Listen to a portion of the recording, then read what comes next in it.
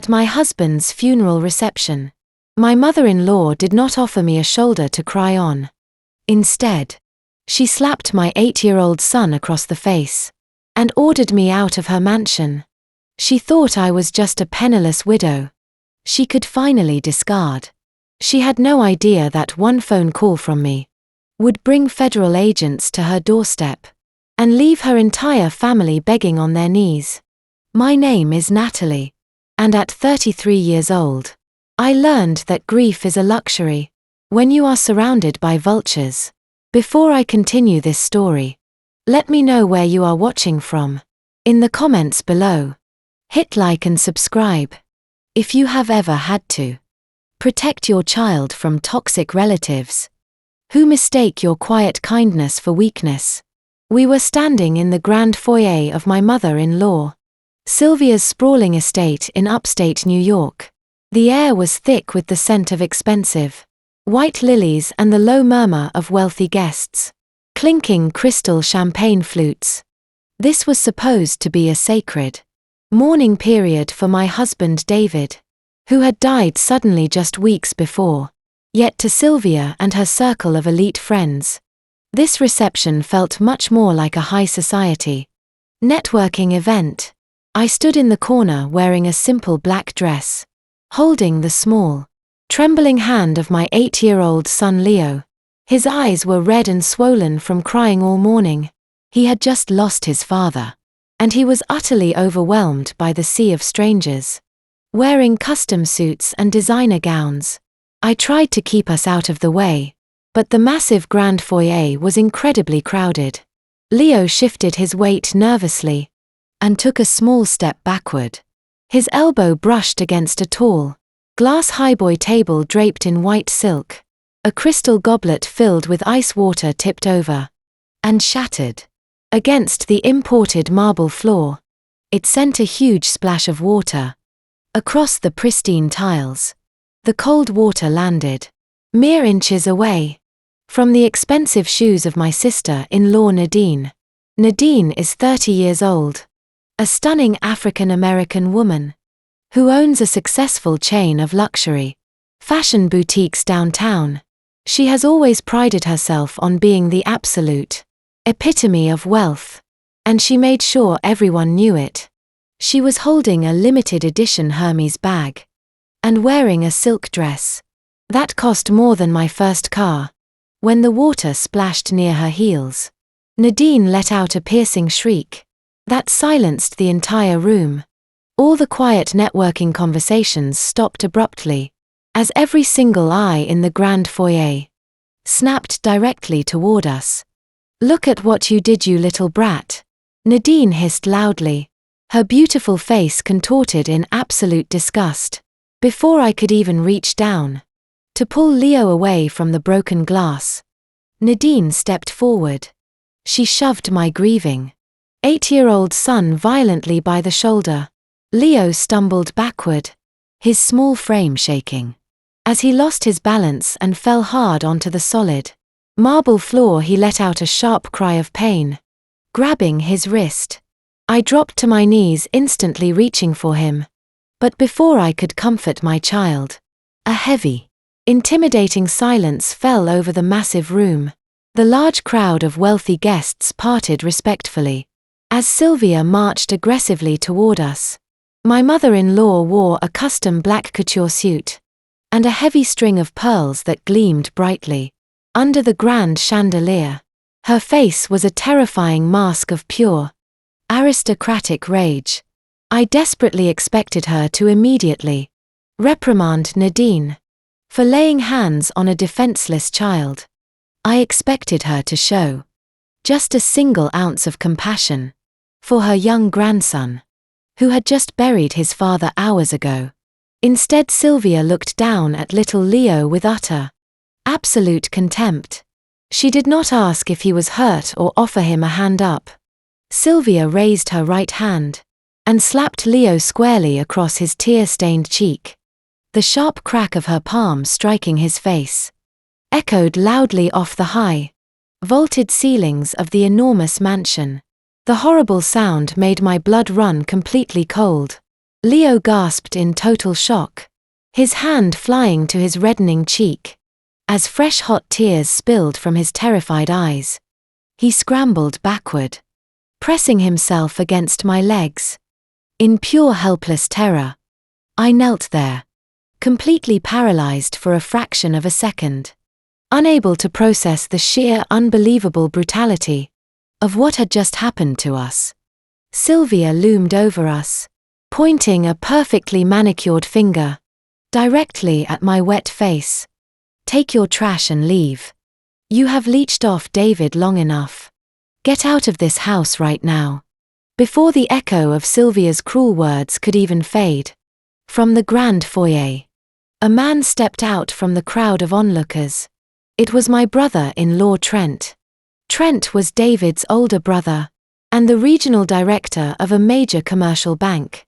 He always wore perfectly tailored suits, and carried himself with an unbearable sense of arrogance, as if he personally owned the world and everyone in it.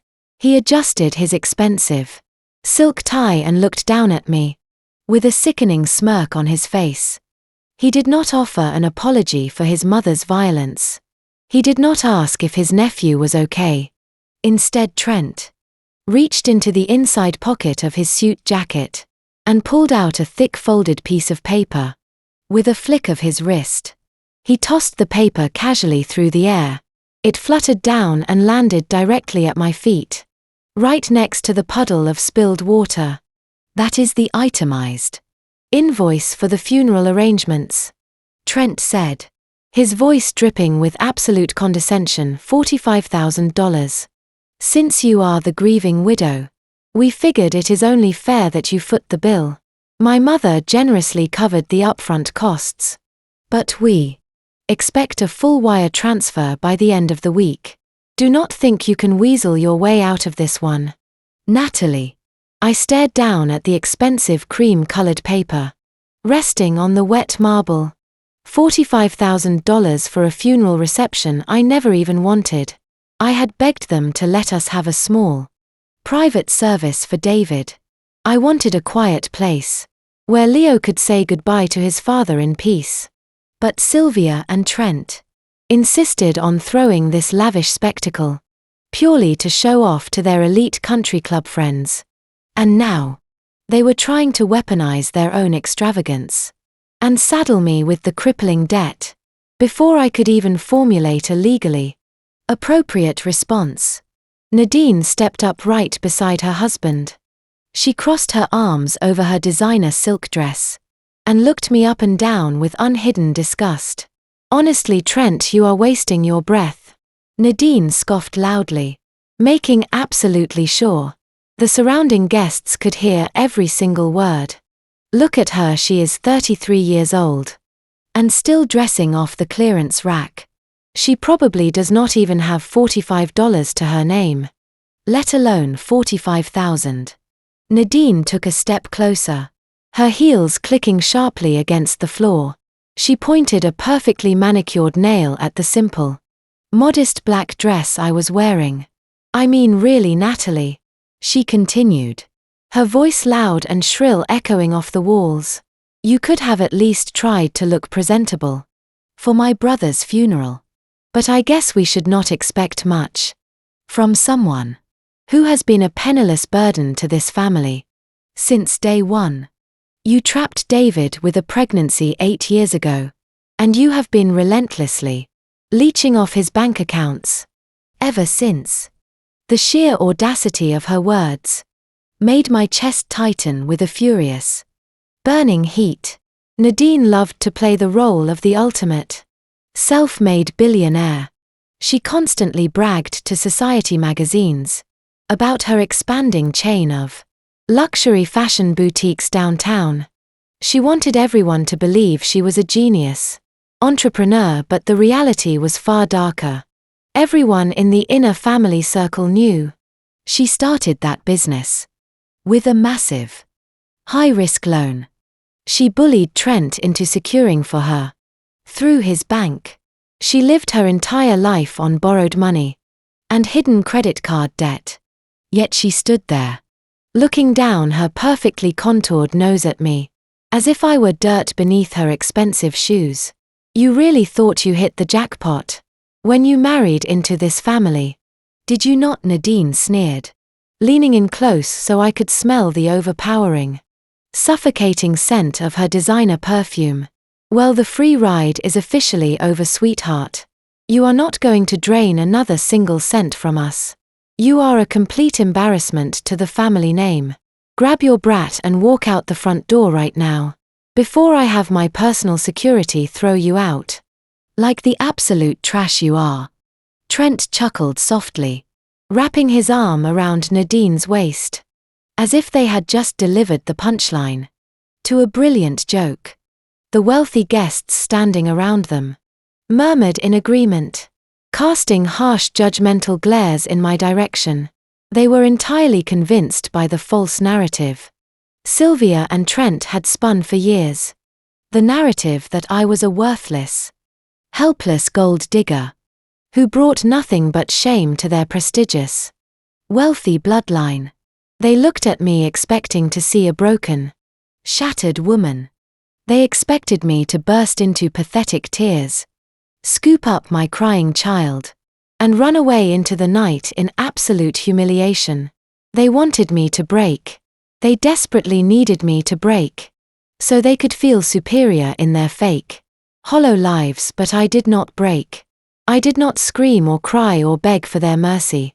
I slowly took my eyes off the ridiculous $45,000 invoice on the floor and looked directly into Trent's smug, arrogant face. The fear and shock that had paralyzed me just moments ago completely vanished. It was instantly replaced by a cold, calculating and utterly ruthless clarity. They had severely misjudged who they were dealing with. I took a slow, deep breath, letting the chilled air of the grand foyer fill my lungs. The frantic pounding in my chest began to slow down, replaced by a steady rhythmic beat of absolute resolve. I broke my gaze away from Trent's mocking eyes and looked down at my son. Leo was still pressed against my legs, trembling like a leaf in a storm. His small hands gripped the fabric of my black dress so tightly that his knuckles had turned completely white. The red mark on his left cheek from Sylvia's hand was growing darker by the second. I slowly lowered myself to the cold marble floor, ignoring the shards of broken crystal scattered just inches from my knees. I wrapped my arms around Leo's shaking shoulders and pulled him into a tight, fierce embrace. I did not care that my dress was soaking up the spilled water. I did not care about the hundreds of judgmental eyes burning into my back. All that mattered in that exact second was the terrified little boy clinging to me for dear life. I buried my face in his soft hair, breathing in the familiar scent of his childhood. I pulled back, just enough to look directly into his tear-filled eyes. I raised my hand and gently wiped the wet streaks from his face with my thumb. Listen to me very carefully, Leo. I whispered, my voice steady and completely devoid of the panic they so desperately wanted to hear. You did absolutely nothing wrong. This is not your fault. And I am so incredibly proud of you. I promise you right now that you are safe. Nobody in this room will ever lay another finger on you again. Do you understand me? Leo sniffled, looking up at me with wide, uncertain eyes. He gave a small, hesitant nod. I kissed his forehead, lingering for a second, to let him feel the weight of my promise. When I finally stood back up, my knees ached from the hard floor, but my posture was perfectly straight. I smoothed down the front of my damp dress and squared my shoulders. The heavy, oppressive silence in the room had shifted. The wealthy guests, who had been waiting for a spectacular, emotional breakdown, now exchanged confused glances. Nadine let out a loud, irritated huff, crossing her arms tighter across her chest. She clearly hated that I was not cowering. Are you deaf as well as broke? Nadine snapped, her voice dripping with venom. My mother-in-law just told you to take your trash and leave. If you do not walk out that front door right now, I am calling the estate security team to physically drag you both down the driveway. I did not even blink at her threat. I did not offer a single word of defense or explanation. I simply reached into the small, black clutch I was holding and pulled out my cell phone. The screen illuminated my face in the lighting of the foyer. My thumb moved with practiced precision as I scrolled past the dozens of fake sympathy texts from relatives and found the one contact I needed. I pressed the call button and brought the phone to my ear. Who are you calling? Trent demanded, his arrogant smirk faltering for just a fraction of a second. You do not have anyone to save you, Natalie. David's money is gone. Your little free ride is completely over. Put the phone away and get out of our house. I ignored him completely. The phone rang twice before a deep, gravelly voice answered on the other end. Harrison here. The voice stated simply. Harrison Croft was not a family law attorney who dealt in petty domestic squabbles. He was a ruthless, high-stakes corporate litigator who specialized in massive financial restructuring and hostile takeovers. We had been preparing for this exact moment for weeks, secretly compiling mountains of indisputable evidence behind closed doors.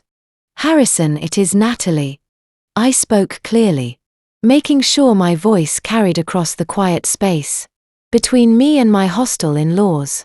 I need you to come to the estate immediately. There was a brief pause on the line. Then Harrison spoke again, his tone shifting into pure business. Is it time? I looked directly at Sylvia, who was still glaring at me with unfiltered hatred. I looked at Nadine, tapping her designer heels in annoyance. Finally, I looked at Trent, who was suddenly shifting his weight nervously. Yes, I said, my words slicing through the thick tension in the room like a sharpened blade. It is time to execute the Omega Protocol. Bring the files. I lowered the phone and ended the call. The silence that followed was entirely different from the one before. Sylvia let out a sharp, abrasive laugh that shattered the quiet. It was a cruel, condescending sound that echoed loudly in the grand foyer. Trent and Nadine immediately joined her. Their laughter was a coordinated attack, designed to shrink me back into the obedient, pathetic widow they desperately wanted me to be. The Omega Protocol, Trent repeated, wiping a fake tear from his eye. What is this, a cheap spy movie? You have completely lost your mind, Natalie. You are deeply unwell. Nadine stepped closer, shaking her head in exaggerated pity. Honestly, it is just sad at this point. She is having a full mental breakdown, right in front of us. This is what happens when nobody tries to play in the big leagues. Sylvia took a step forward, her face twisted into a mockingly sympathetic pout. You have always been prone to these little delusions. Dear, it is exactly why my son kept you on such a tight allowance. But making fake phone calls to imaginary lawyers, that is a new low even for you. Trent pulled out his phone again, tapping the screen with his thumb. Should I call the estate security team, Mother? We can have her forcibly escorted off the property before she embarrasses herself any further. No, Sylvia raised her hand, stopping him. Her eyes locked onto mine, gleaming with pure unfiltered malice. Let her stay. Let her wait for this imaginary savior of hers. It will be a wonderful lesson for the boy to see exactly what happens when you try to bluff your way out of reality. Let everyone in this room see the pathetic state of David's gold-digging mistake. So the brutal waiting game began. For exactly 15 agonizing minutes, the grand foyer of the mansion became a bizarre theater of psychological cruelty. Sylvia, Trent, and Nadine returned to sipping their expensive champagne, holding court among their wealthy friends. They cast sidelong glances at me, loudly whispering vicious insults, meant to ensure I heard every single word. They joked about my clearance rack clothes, my empty bank account, and my supposed mental instability. They were actively trying to gaslight me into believing that my own reality was a complete fabrication. They wanted the pressure of the crowded room. To crush me, they wanted me to grab my crying child and run out into the cold night, carrying the crushing weight of their $45,000 fake debt. But I did not flinch. I did not move a single muscle toward the front door. I simply stood my ground, near the shattered crystal on the marble floor, holding Leo's hand firmly in mine. I squeezed his small fingers gently, and he looked up at me. My son could sense the massive shift in my demeanor.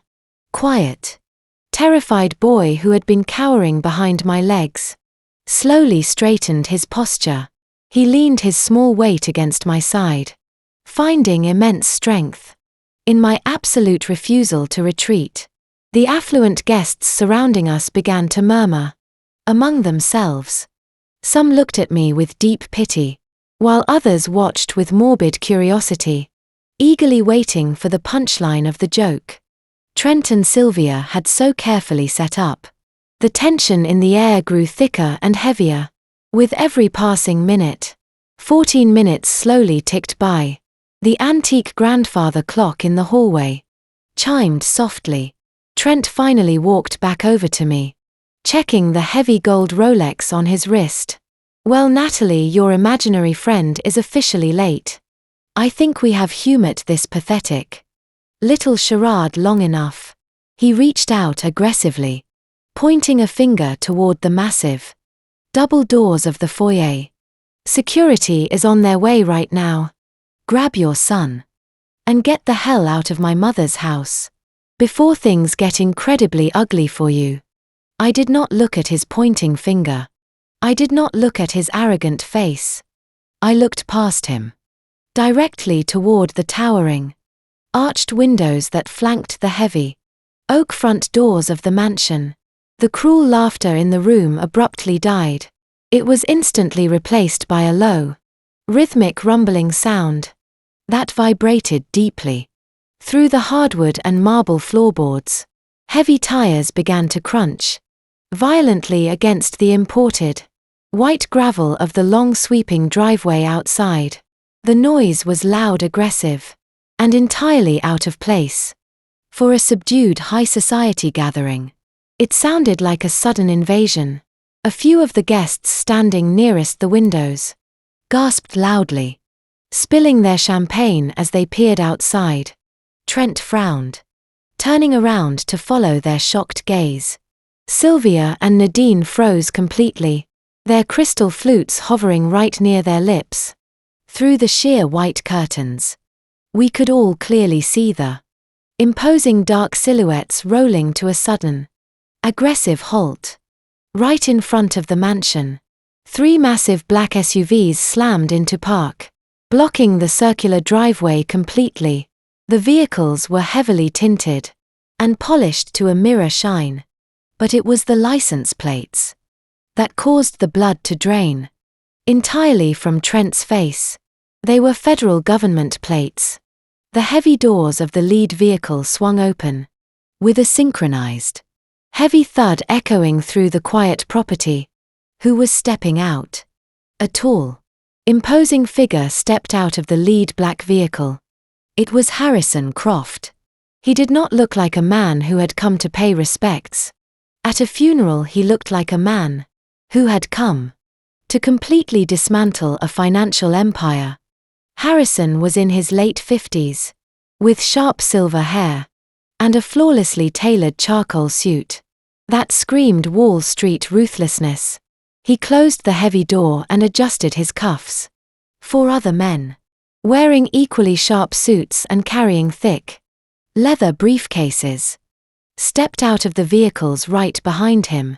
They moved in perfect synchronization, following Harrison as he walked with heavy strides. up the wide stone steps of the mansion. 2 security guards rushed forward to block the entrance. Harrison did not even break his confident stride. One of the men raised a document with a federal seal, and the guards stepped back. The heavy oak front doors were pushed open wide. The cold night air swept violently into the grand foyer, bringing Harrison Croft right along with it. The absolute silence in the room deepened as the wealthy guests frantically parted to make way for him. They pressed themselves against the walls, absolutely terrified. Harrison walked directly toward the center of the room, his hard cold eyes locked completely onto Sylvia, Trent and Nadine. He stopped right beside me and gave a short, respectful nod, acknowledging my presence and checking on Leo, before turning his full, undivided attention to my hostile in-laws. Sylvia was practically vibrating with rage, her face flushing a deep angry red. "How dare you barge into my home?" Sylvia shrieked, her voice cracking with pure indignation. "This is a private morning reception for my beloved son. You are trespassing on private property, and I want you out of here right this second, before I have you arrested and thrown in jail." Harrison did not flinch. He did not raise his voice, or offer any polite apologies for the sudden intrusion. He reached into his thick leather briefcase and pulled out a massive stack of legal documents, bound with a heavy blue federal seal. He held the documents out directly toward Sylvia's chest, forcing her to reflexively take them into her trembling hands. "I am not here to mourn Sylvia," Harrison said, his deep voice carrying a cold clinical authority that echoed loudly across the entire foyer. "I am here, executing a direct legal order from the federal court. You have just been officially served with a comprehensive federal injunction order." Sylvia's hands shook violently as she looked down at the thick stack of legal papers. Trent leaned over her shoulder, his arrogant smirk erased and instantly replaced by a look of dawning horror as he read the front page. "What the hell is this?" Trent demanded, taking a threatening step forward. "You cannot just walk in here and hand us papers. We have high-powered lawyers. We have serious political connections in this city." Harrison offered a dark, humorless smile that did not reach his eyes. "Your local connections are completely useless against a federal mandate, Trent.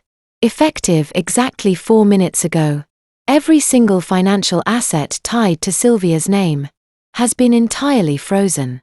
That includes all personal, checking and savings accounts, her massive investment portfolios, her hidden offshore holdings, and the entirety of the family estate trust. You are completely locked out of everything." The wealthy guests in the room gasped collectively, whispering furiously among themselves. As the reality set in, Nadine dropped her crystal champagne flute, and it shattered loudly on the marble floor, right next to the one Leo had knocked over. Sylvia let out a blood-curdling scream of pure fury, crumpling the front page of the injunction order fiercely in her fists. "This is an absolute outrage," Sylvia yelled, pointing a shaking finger right at Harrison's face. "You are a liar and a trespasser. I am a respected member of this elite community, and you absolutely cannot touch my money. Trent, call the chief of police right now. Tell him we have an intruder harassing us. Have this man thrown in a jail cell immediately." Harrison simply stood there, letting her scream her lungs out. "You can call the police if you want, Sylvia. In fact, I highly encourage it," Harrison replied, calmly adjusting his silk tie. "But the men standing outside by those vehicles are federal marshals, who are here to ensure this property, and all of its assets, remain strictly untouched, pending a full forensic financial investigation. If you try to transfer a single dollar, or hide any assets tonight, you will be arrested for violating a federal order. You have exactly $0 to your name." As of this very second. So I highly suggest that you lower your voice. The silence in the room was absolute. After Harrison delivered his devastating blow, Sylvia stood completely frozen, clutching the federal documents against her chest, as if they were physically burning her. But Trent refused to surrender. His illusion of absolute control. He let out a loud, arrogant laugh that sliced right through the heavy tension. In the grand foyer, it was a forced theatrical sound, perfectly designed to reassure the panicked guests, who were slowly backing away toward the exits. He stepped directly in front of his mother, shielding her from Harrison, and aggressively adjusted his expensive suit jacket. "You really think you can walk into my mother's house and threaten us with fake federal papers?" Trent sneered, shaking his head in mock amusement. "I am the regional director of the largest commercial bank in this entire state. I eat corporate lawyers like you for breakfast every single day. You think you can waltz in here and freeze our assets just because this pathetic widow cried to you? Let me show you what real financial power actually looks like. Let me show you what happens when you let a penniless gold digger convince you to bite the hand that feeds her." Trent reached into his tailored pocket and pulled out his sleek smartphone. He held it up high for the entire room to see, making absolutely sure everyone understood that he was still the undisputed king of this domain. Nadine let out a loud, dramatic breath of relief, crossing her arms and shooting me a wicked, victorious glare. She fully expected her husband to crush me into the marble floor and restore their absolute dominance. Trent aggressively tapped the glowing screen, dialing a highly restricted internal number for his executive banking floor. He pressed the speakerphone icon, setting the volume to maximum, so every single person in the massive room could hear his impending victory. "Listen to me very carefully, Natalie," Trent said, his voice dripping with pure malicious intent, as the phone began to ring loudly over the speaker. "You wanted to play stupid games with our money. You wanted to humiliate in front of our esteemed guests, at my brother's funeral. Now you are going to pay the ultimate price for your disrespect. I am going to completely obliterate your financial existence. Right here, right now. When I am done with this brief phone call, you will not even have enough money to buy a cup of coffee, let alone a hotel room for the night." The phone rang a second time, echoing off the high-vaulted ceilings of the mansion. I stood my ground, holding Leo's hand tightly, keeping my face completely devoid of any emotion. Harrison stood right beside me, his hands resting casually inside his pockets, watching Trent with the mild, detached curiosity of an apex predator observing a trapped rat. Trent completely mistook our calm silence for absolute terror. His arrogant smile widened, revealing his perfectly white teeth, as he paced back and forth across the marble tiles. "You are going to be standing out on the street, shivering in the cold winter air with your brat," Trent continued, raising his voice, so the guests standing all the way in the back could hear his cruel promise. "You will be begging me for cab fare in exactly 5 minutes. I might just toss you a $20 bill if you get down on your hands and knees and apologize to my mother right now. Otherwise you and Leo can walk all the way back to whatever cheap, miserable apartment you dragged yourselves out of today. I am cutting you off forever." A voice finally crackled over the speakerphone. It was a senior account manager named Gregory, who worked directly under Trent at the downtown branch. Gregory sounded breathless and completely frantic. "Mr. Trent, sir, I am so incredibly glad you are calling. We have a massive situation unfolding on the trading floor right now," Gregory stammered, his voice shaking with undeniable panic. Trent rolled his eyes, visibly annoyed that his grand theatrical moment of vengeance was being interrupted by a random banking floor emergency. "Shut up and listen to me, Gregory," Trent barked, speaking directly into the bottom of his phone. With extreme authority. "Whatever minor issue you are dealing with down there can wait until tomorrow. I have a direct executive order for you to execute. Right this second. I need you to pull up the primary banking profile for my sister-in-law Natalie. I want you to immediately flag her entire profile for suspected massive internal fraud. I want every single credit card, debit card, checking account, and emergency savings account tied to her social security number completely frozen and permanently locked out." Trent paused, letting his cruel instructions hang heavily in the silent room. He looked directly into my eyes, expecting me to finally break down and beg for mercy. "Do it right now, Gregory," Trent commanded loudly, his voice echoing with absolute finality.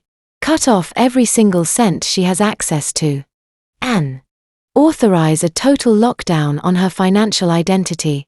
I want her completely wiped out today." The wealthy guests held their breath collectively, watching the terrifying display of Trent's absolute power. They waited for the final nail in my coffin. They waited for Gregory to confirm that my life had just been destroyed. The speakerphone emitted a faint, static hiss that seemed to stretch on for an absolute eternity. The grand foyer was so quiet.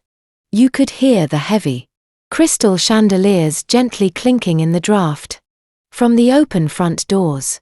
Trent stood tall, his chest puffed out, waiting for the sweet, verbal confirmation of my absolute financial ruin.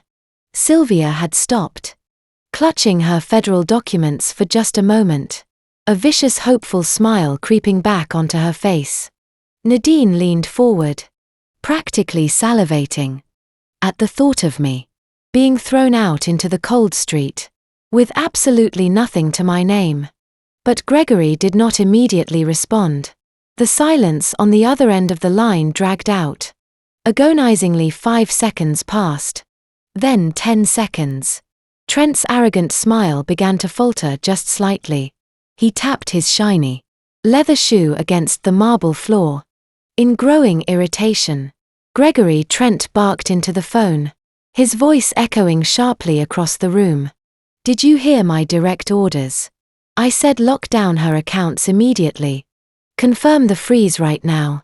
Gregory finally answered, but his voice was no longer just panicked. It was trembling with absolute unadulterated terror. "I heard your instructions perfectly clear, Mr. Trent. But I cannot execute that order. I cannot freeze her profile." Trent let out a short breath of pure disbelief. He shot a confused look at his mother, then glared back down at the glowing screen of the phone in his hand. "What do you mean you cannot freeze it? I am the regional director of this entire banking network. I have top-tier executive clearance. You go into the system. You flag the social security number I just gave you. And you lock the accounts. Do I need to come down there and do your job for you? You do not understand." Sir Gregory stammered, the rapid clicking sound of furious keyboard typing echoing loudly through the speakerphone. "I am looking at her primary financial profile right now. The social security number you provided is not linked to a standard retail checking account or a basic consumer credit line. It is not even a standard high net worth wealth management profile. So the banking system is actively blocking my override attempts. Blocking your attempts," Trent repeated, his voice dropping an octave, as genuine confusion began to rapidly replace his blinding arrogance. "That is completely impossible. My executive credentials override every single retail account in the state." "That is exactly the problem, Mr. Trent," Gregory said, his voice dropping to a terrified, desperate whisper. "This is not a retail account. The social security number for Natalie is directly tethered to a Tier 1 institutional profile. She is not a standard client. She is listed as the sole authorized signatory and current Chief Executive Officer of ND Holdings. The name hung heavily in the air, like a massive physical weight. ND Holdings. Even the wealthy elite guests standing in the room gasped collectively at the sudden mention of the massive private equity firm. It was an absolute financial titan in the state, renowned for ruthlessly acquiring distressed assets and swallowing up massive corporate portfolios. Nadine took a sudden terrified step back, her high heels scraping loudly against the marble floor. Sylvia let out a soft, confused gasp, clutching the federal injunction papers tighter against her chest. "You are reading the computer screen wrong," Trent yelled, completely losing his composed aristocratic demeanor. "She is a broke widow. She does not own a massive private equity firm. Refresh the database, Gregory. Refresh the damn database right now before I fire you." "I have refreshed it 3 times, sir," Gregory replied, sounding like he was on the absolute verge of tears. "The internal security protocols on her profile are significantly higher than yours. If I try to force a freeze on the CEO of ND Holdings without a direct federal warrant, the system will automatically terminate my employment and lock down the entire branch floor for a massive security breach. Sir, her accounts hold more liquid capital than our entire regional branch manages combined. I cannot touch her money. Nobody in this bank can touch her money."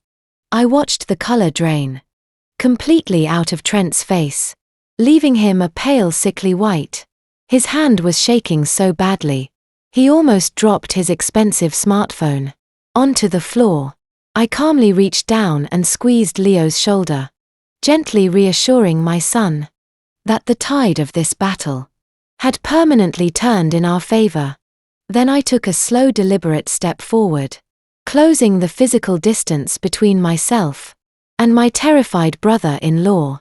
I did not raise my voice. I did not need to. True power does not need to scream to be heard. "Gregory is absolutely right, Trent," I said, my voice smooth, cold, and perfectly composed.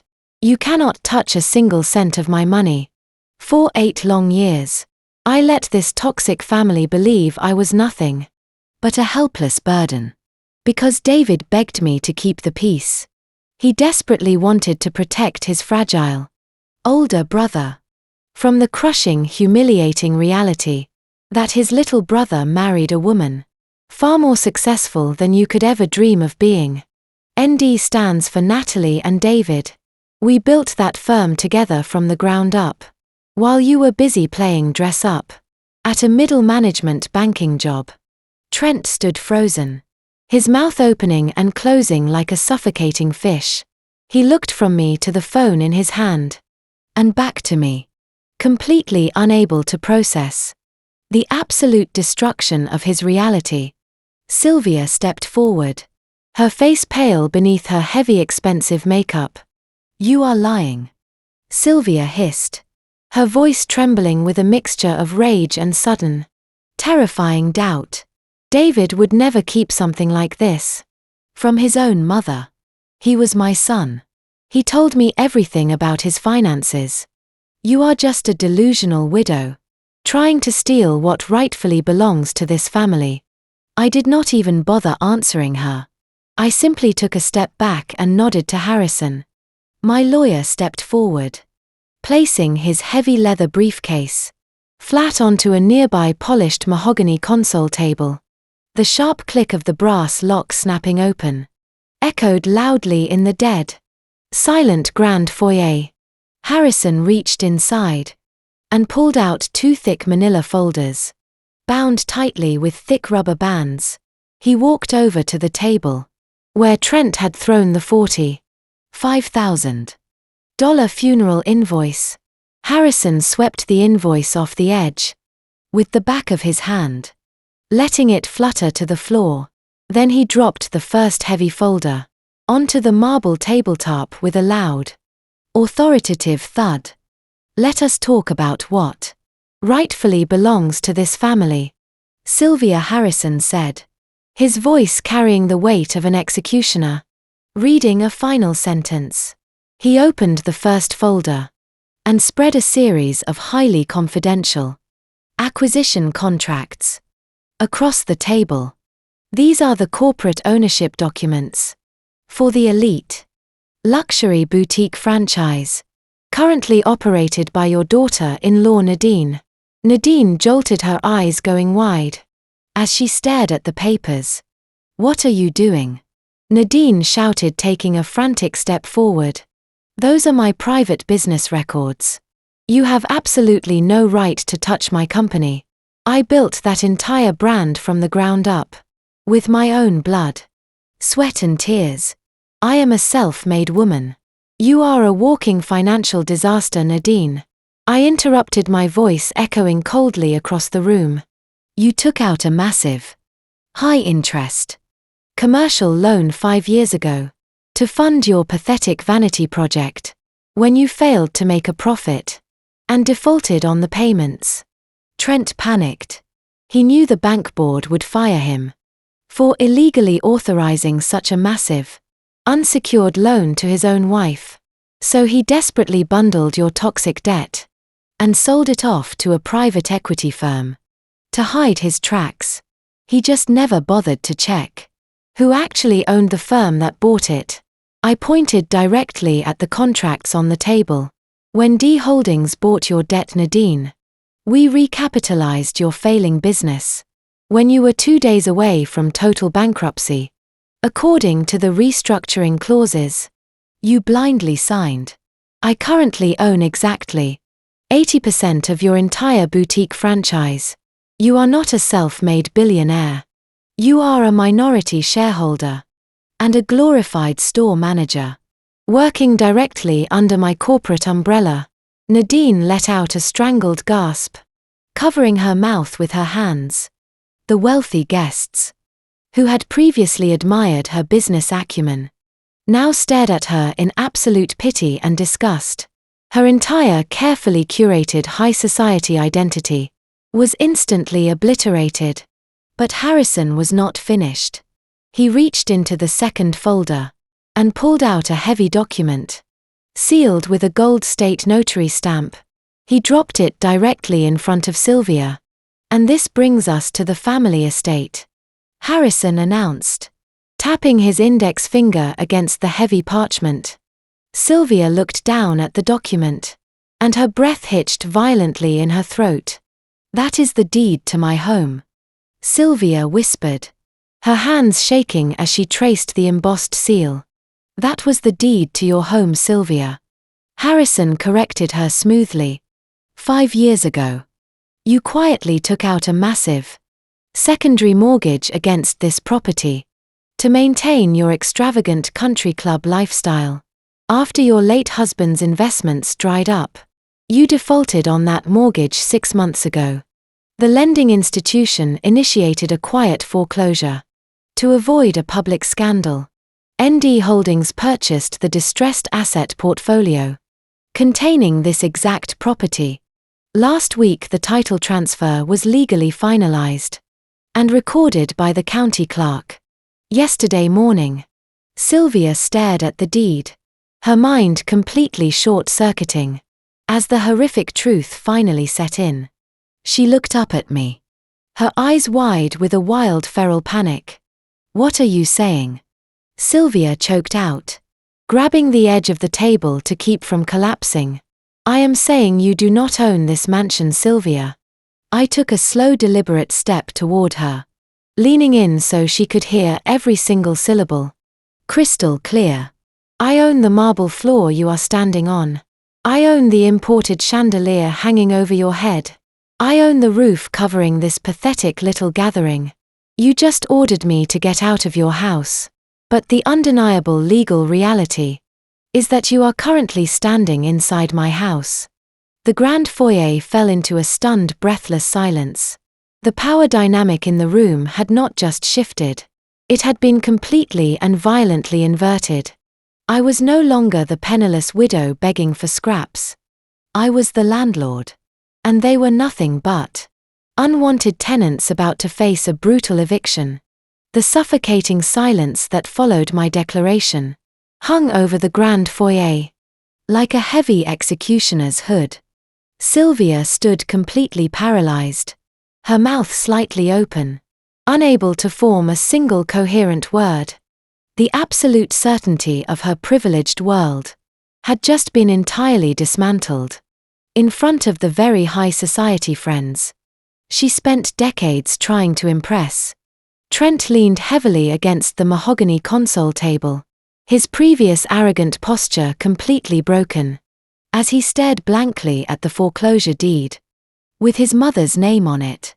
But the financial slaughter in that room was not quite finished. Before anyone could even attempt to process the reality of my ownership, a sharp, piercing sound suddenly shattered the dead silence. It was the ringtone of a cell phone. The high-pitched electronic chime echoed loudly off the marble walls, sounding almost like a frantic alarm bell. The guests jumped nervously, turning their heads to locate the source of the noise. Nadine flinched violently. The sound was coming from the limited edition Hermes bag clutched tightly under her arm. Her eyes darted wildly around the room, suddenly painfully aware that every single person was staring directly at her. Her hands were shaking so badly she could barely manipulate the gold clasp of her expensive purse. She practically tore the bag open and pulled out her glowing phone. I could clearly see the caller ID flashing brightly on her screen. It was Melissa, the general manager of Nadine's largest flagship boutique, located right in the center of the upscale downtown shopping district. Nadine stared at the screen, her chest heaving with shallow, panicked breaths. Under normal circumstances, she would have simply silenced the call to maintain her carefully crafted image of bothered, elite composure. But the sheer terror of what Harrison had just revealed about her failing company had completely stripped away her common sense. Desperate to regain even a tiny fraction of her lost authority, she swiped the screen to answer and brought the phone to her ear. Her hand was trembling so violently she accidentally pressed the speakerphone button, broadcasting the call to the entire silent room. "Melissa, I am in the middle of a private family morning reception," Nadine snapped, her voice cracking terribly as she tried to sound commanding. "I explicitly told you not to bother me tonight. What could possibly be so important that you are calling me right now?" Nadine, the voice on the other end of the line, screamed. Melissa was completely hysterical, sobbing uncontrollably into the receiver. The chaotic background noise of the boutique bled loudly through the speaker. There were heavy boots stomping, loud aggressive voices barking orders, and the distinct sound of glass display cases being forcefully slid open. "Melissa, calm down and stop crying," Nadine demanded, her face turning an incredibly sickly shade of pale. "You are embarrassing me. What in the world is going on down there? They are everywhere, Nadine," Melissa shrieked, her voice echoing off the high, vaulted ceilings of the mansion. "There are dozens of them, men in heavy tactical jackets. They just smashed through the glass front doors and locked down the entire building. They are tearing the store completely apart." "Who is tearing the store apart?" Nadine yelled, clutching the phone with both hands as her knees began to visibly buckle. "Who is in my store?" "It is the federal government," Melissa sobbed, her voice rising to a frantic, terrified pitch. "It is the FBI and the IRS. They have huge yellow letters printed across their backs. They are unplugging all the computers and boxing up every single piece of physical paperwork.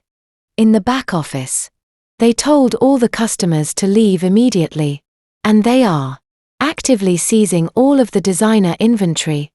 the wealthy guests in the foyer began to back away from Nadine, as if she were suddenly carrying a highly contagious disease. Federal raids were the absolute worst nightmare of the elite circle. Associating with someone under active federal investigation was social and financial suicide. Seizing the inventory, Nadine gasped. Her perfectly manicured nails digging into the plastic case of her phone. Why would federal agents seize my store? Tell them to stop right now. Tell them I am calling my lawyers. I tried to tell them to stop. Melissa cried out, her voice barely audible over the sound of heavy metal file cabinets being dragged across the floor. But the lead agent handed me a massive stack of federal warrants. Nadine, they are openly declaring that this entire boutique franchise is nothing but an elaborate shell company. They are looking for direct evidence of massive offshore tax evasion spanning the last 5 years. They are saying the company owes the federal government over $4 million in unpaid taxes and hidden fraudulent transfers. Nadine, they are padlocking the front doors. They are shutting us down permanently. The line suddenly went completely dead, with a sharp click, leaving only the empty static of a disconnected call. Nadine stood frozen in the center of the grand foyer. The color drained entirely from her face, leaving her looking like a terrified ghost. Her perfectly constructed high society identity, her self-proclaimed billionaire status, her entire arrogant existence, had just been violently erased. In less than 60 seconds, her trembling fingers finally lost their grip.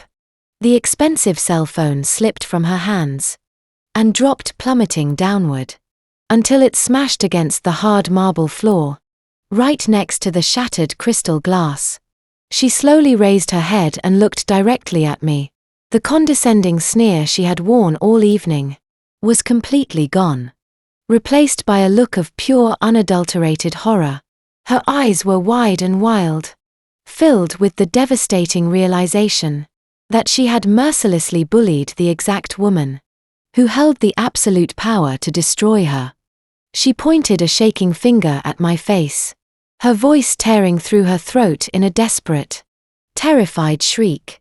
What did you do? The harsh morning sun glared intensely through the floor-to-ceiling windows of the downtown legal firm. It was exactly 9 o'clock the morning after the disastrous funeral reception. I walked into the sleek, glass-walled conference room with Harrison Croft right by my side. I fully expected to see Sylvia and Trent looking like completely broken individuals. After all, I had just legally evicted them from their mansion and orchestrated a massive federal raid that entirely destroyed Nadine's fake boutique empire. Nadine was noticeably absent this morning, likely sitting in a federal holding cell, or desperately begging defense attorneys to take her case. But to my absolute shock, Sylvia and Trent were not cowering. They were sitting at the long mahogany conference table, looking sickeningly smug. Trent was casually sipping a cup of artisanal coffee, and Sylvia was meticulously adjusting the heavy string of pearls around her neck. They looked like two predators who had just found a secret escape hatch. Sitting at the head of the massive table was Mr. Caldwell, the senior family estate attorney, who had handled my late husband's basic legal affairs. For years Caldwell looked incredibly uncomfortable, nervously shuffling a thin, manila folder between his hands. "Have a seat," Natalie Trent said, gesturing lazily to the empty leather chairs across from him. He had a sickeningly arrogant smirk plastered across his face. "You pulled a very impressive parlor trick last night. At the house, I will admit. You caught us completely off guard with that whole private equity ambush. But you really should have known that my brother would never actually leave his family destitute." I did not say a single word. I simply pulled out my chair and sat down, placing my leather bag on the table. Harrison sat next to me, his face an unreadable mask of solid stone. Sylvia leaned forward, resting her elbows on the polished wood. "You thought you took everything from us, did you not?" she sneered, her voice dripping with pure vindictive poison. "You thought you could just sweep in and steal the family estate and ruin poor Nadine. But David was much smarter than you ever gave him credit for. He finally woke up and realized what a greedy, gold-digging mistake he married." Mr. Caldwell cleared his throat loudly, interrupting Sylvia's venomous rant. He opened the manila folder and pulled out a crisp, white document, placing it carefully in the center of the table. "Natalie, we requested this emergency meeting today to formally review a recently discovered addendum to David's estate plan." Caldwell explained, his voice entirely devoid of emotion. "As you know, your late husband held a comprehensive life insurance policy, valued at exactly $5 million. I nodded slowly, keeping my eyes locked on the document. I was fully aware of the policy.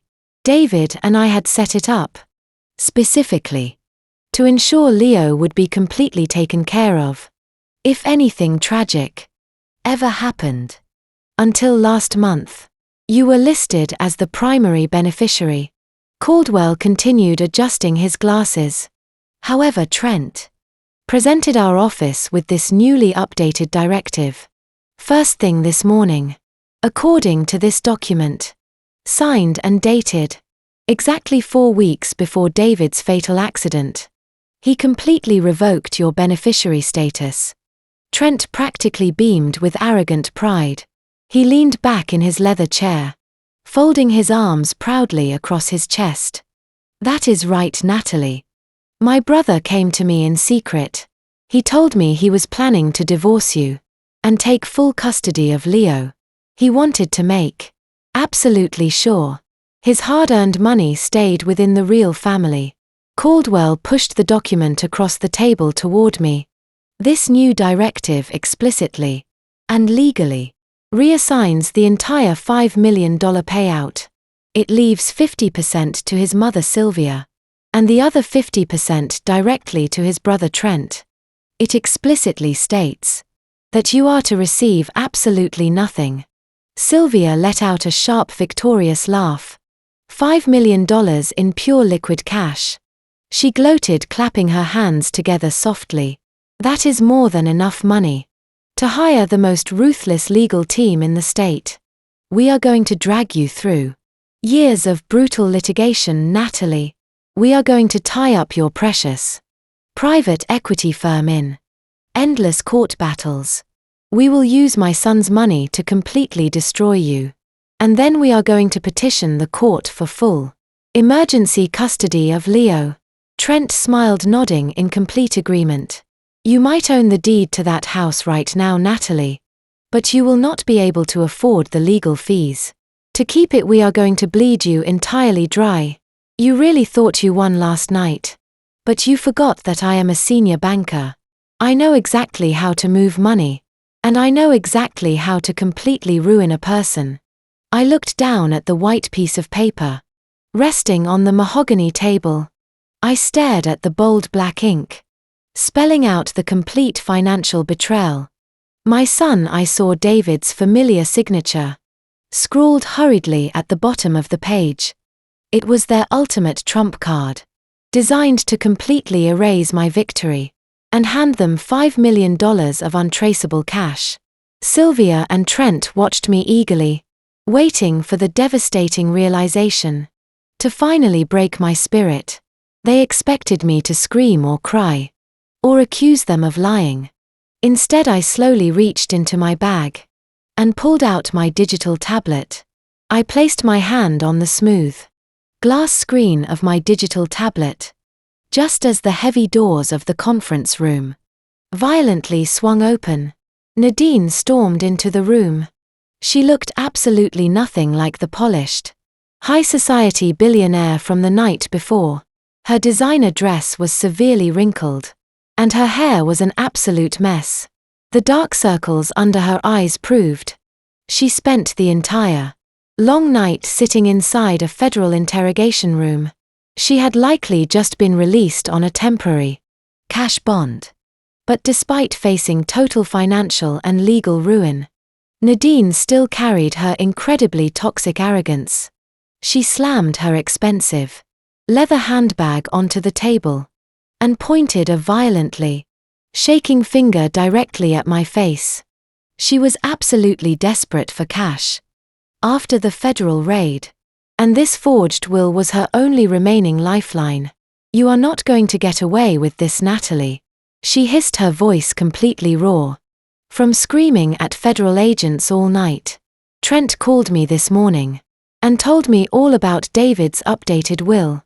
I knew my brother would never, ever leave his entire fortune to a pathetic parasite like you. He finally saw you for what you truly are, a complete and total failure." Nadine paced back and forth behind Trent's chair, using his physical presence as a shield. "You spent the last 8 years pretending to be the perfect little housewife," she continued, her tone dripping with venom. "But we all knew the real truth. You were completely suffocating David. You dragged him down with your pathetic clearance rack lifestyle and your constant annoying whining. He was utterly miserable living with you. That is exactly why he completely cut you out of his life insurance policy. He wanted to make absolutely sure his money went to the smart people who actually know exactly how to manage wealth. He gave it to Trent because Trent is the true financial genius of this entire family. Trent knows how to actively protect capital. You, on the other hand, cannot even protect your very own son. You are an entirely unfit mother, Natalie. You are emotionally unstable. And you are definitely going to traumatize Leo with your delusions. We are not just taking the insurance money today. We are going to immediately petition the family court to take full legal custody of Leo. Trent and I can provide him with a real stable home and the elite private education he actually deserves. You will be permanently removed from his life." The sheer audacity of her gaslighting was physically dizzying. Nadine was currently under federal investigation for tax evasion. Yet she was standing in a legal office, lecturing me about financial responsibility. She was threatening to take my child, simply because she desperately needed to secure her cut of the money to pay her mounting legal fees. Sylvia nodded in agreement, crossing her arms tightly. "Nadine is right," Sylvia chimed in, offering a cold smile. "You have no home, Natalie. The foreclosure you bought last night means nothing when we bleed you dry in civil court. You have no real family. You are a completely unstable woman who needs psychiatric help. No judge in this state would ever let a wealthy bank manager like Trent lose a custody battle to a deranged widow. Just give up right now. Hand over the rights to the firm. Drop the foreclosure and walk away quietly. If you do exactly as we say, we might let you see Leo on the weekends. But if you try to fight us, we will make sure you never see your son again." Trent leaned forward, resting his chin on his manicured hands. He looked like a king, convinced that his victory was completely guaranteed. "You heard them, Natalie," Trent said, his voice incredibly threatening. "We hold all the cards now. We have the legal will. We have the financial power. And we have the family legacy. You are nothing but a temporary mistake David made when he was young. He finally fixed that mistake right before he died. So do yourself a favor and just surrender. Do not make this any uglier than it already is.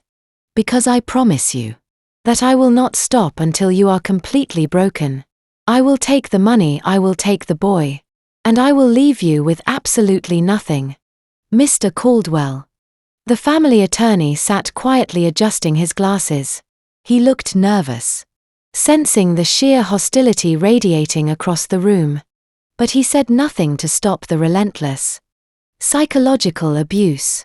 They all stared at me, waiting for the tearful surrender. They had orchestrated. They wanted me to break down and beg for their mercy. But I did not shed a single tear. I just looked right back at them. I looked right back at them and let the silence stretch. They were incredibly certain of their victory. They built this entire narrative, where I was just a naive housewife, who stumbled into their wealthy family by pure luck. Nadine thought I spent my days clipping coupons. Trent thought I was financially illiterate. Sylvia believed I was a parasite. They were all wrong. I did not cry over the document resting on the table. I did not scream that it was unfair. I simply picked up my digital tablet from my lap and powered it on. "What are you doing?" Nadine snapped, her eyes narrowing. "Are you deaf? Did you not hear us? You have lost." I ignored her completely.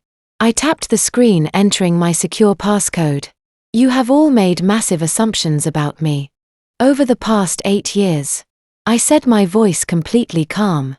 "You assumed because I wore simple clothes and drove an ordinary car, I was broke. You assumed because I stayed quiet during family dinners, I was stupid. But the biggest mistake you made was assuming you knew what I did for a living." Trent rolled his eyes, letting out a loud scoff. "We know exactly what you did," he mocked, leaning back. "You were a low-level data entry clerk. You sat in a cubicle and typed numbers into a spreadsheet until my brother rescued you." I looked directly at Trent and offered him a chilling smile. "I was never a data clerk, Trent. I am a forensic accountant. And not just a standard bookkeeper. I am a highly specialized senior forensic auditor, holding federal clearance. My exact area of expertise is hunting down corporate embezzlement, tracking hidden offshore assets, and destroying white-collar criminals. I track the money that people like you desperately try to hide." The smug look on Trent's face vanished. Sylvia sat up straight, clutching her pearls. Nadine blinked in rapid confusion, unable to process my words. Mr. Caldwell suddenly looked incredibly pale. I tapped the casting icon on my tablet. A loud electronic chime echoed, as my device instantly synced to the digital projector mounted above Mr. Caldwell's head. The blank screen behind him flickered to life, illuminating the conference room with a bright, glaring light. "What is she doing?" Trent demanded, sitting forward. "Caldwell, turn that projector off right now. She does not have the floor." Mr. Caldwell frantically fumbled for the remote, but Harrison Croft reached across the table and placed his heavy hand firmly over the attorney's wrist. "I highly suggest you let my client finish her presentation," Caldwell Harrison warned, his voice low and dangerous. "Unless you want your law firm deeply implicated in a federal conspiracy." Caldwell froze, pulling his hand away and shrinking back into his leather chair. I looked up at the massive glowing screen. I had uploaded a high-resolution scan of the exact updated will they just presented. The document loomed over the room, towering above, and Trent like a massive digital guillotine. "You claim David signed this document exactly 4 weeks before he died," I said, projecting my voice clearly. "You claimed he came to you in secret to protect his money. You really thought handing me a piece of paper with black ink would make me run away terrified. But you forgot who you were dealing with." I placed my fingers on the screen of my tablet and physically pinched outward, zooming in drastically on the bottom right corner of the digital document.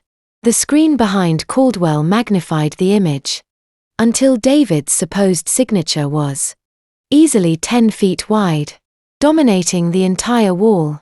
Every single stroke of the pen, every curve and drop of ink, was exposed in microscopic detail.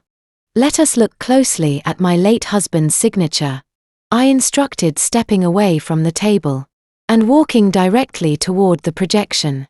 To the untrained eye, this looks like a decent forgery. It has his standard loop on the capital letter, and the sharp aggressive angle on the final stroke. If you handed this to a low-level bank teller, they might accept it. But when a forensic accountant looks at a signature, we do not just look at the shape of the letters. We look at the biometric pressure. We look at the digital metadata of the paper itself. And we look for the exact signs of a terrified man trying to steal $5 million. I pointed my right index finger directly at the giant projected image. The entire room fell into an absolute dead silence. Nadine instantly stopped breathing. Sylvia looked absolutely terrified. And Trent, the supposed financial genius of the family, suddenly began to sweat profusely. He knew exactly what I was now about to reveal to the entire world. Here today. Take a close look at the lower loop of the letter D. I instructed, pointing at the massive projection. When my husband signed his name, he wrote with a fast fluid motion. But if you look at this microscopic ink distribution here, you will see heavy pooling at the bottom. Curves and tiny jagged hesitation marks. This is called a drawn signature. The person who wrote this was not signing their own name. They were slowly and carefully tracing it from another document. Trent swallowed hard, his Adam's apple bobbing nervously. "You are just making things up to save yourself," he stammered, his voice lacking its previous booming confidence. "That is his signature. The document is dated 4 weeks before he died. It is legally binding. The physical date, written on a piece of paper, means absolutely nothing to a forensic auditor." "Trent," I replied, pulling up a new window on my tablet. "Because criminals always lie. But digital metadata never does." I tapped the screen again. And the giant image of the will was replaced by a dense wall of complex computer code and network routing logs. Mr. Caldwell squinted at the screen, his legal mind completely unequipped to understand the digital trap closing around him. "What you are looking at is the hidden digital fingerprint of this exact document," I explained, pacing slowly across the front of the room. Every modern printer and word processing software embeds microscopic tracking data into every single page it produces. When Mr. Caldwell handed me this will, I did not just read the words.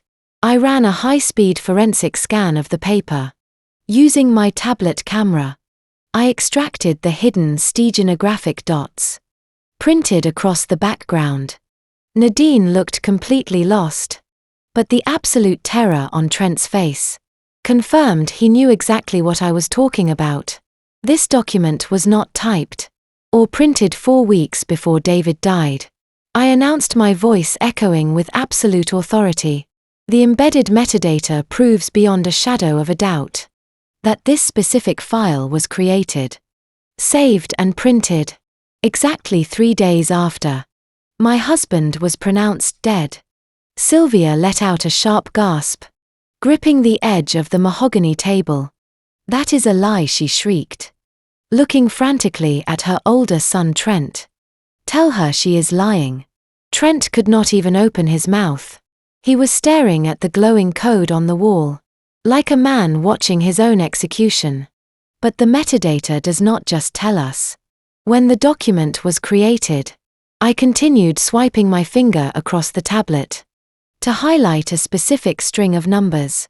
In bright red, it tells us exactly where it was born. This is an IP address. It is the unique digital location of the network that generated the file. I ran a quick cross-reference on this specific IP address before we walked into this meeting today. "Do you want to guess who owns this network, Trent?" The silence in the room was deafening. Even Nadine was staring at her husband now, her eyes wide with a horrific realization. This IP address belongs to the secure internal network of the downtown commercial bank branch, I said, locking eyes with my terrified brother-in-law. "Specifically, It is registered to the private executive office. On the top floor. Your office. Trent. The metadata also identifies the exact machine that printed this forgery. A Lexmark Enterprise printer. Serial number ending in 482. The exact printer. Sitting right next to your expensive mahogany desk. I let the heavy absolute truth settle over the room.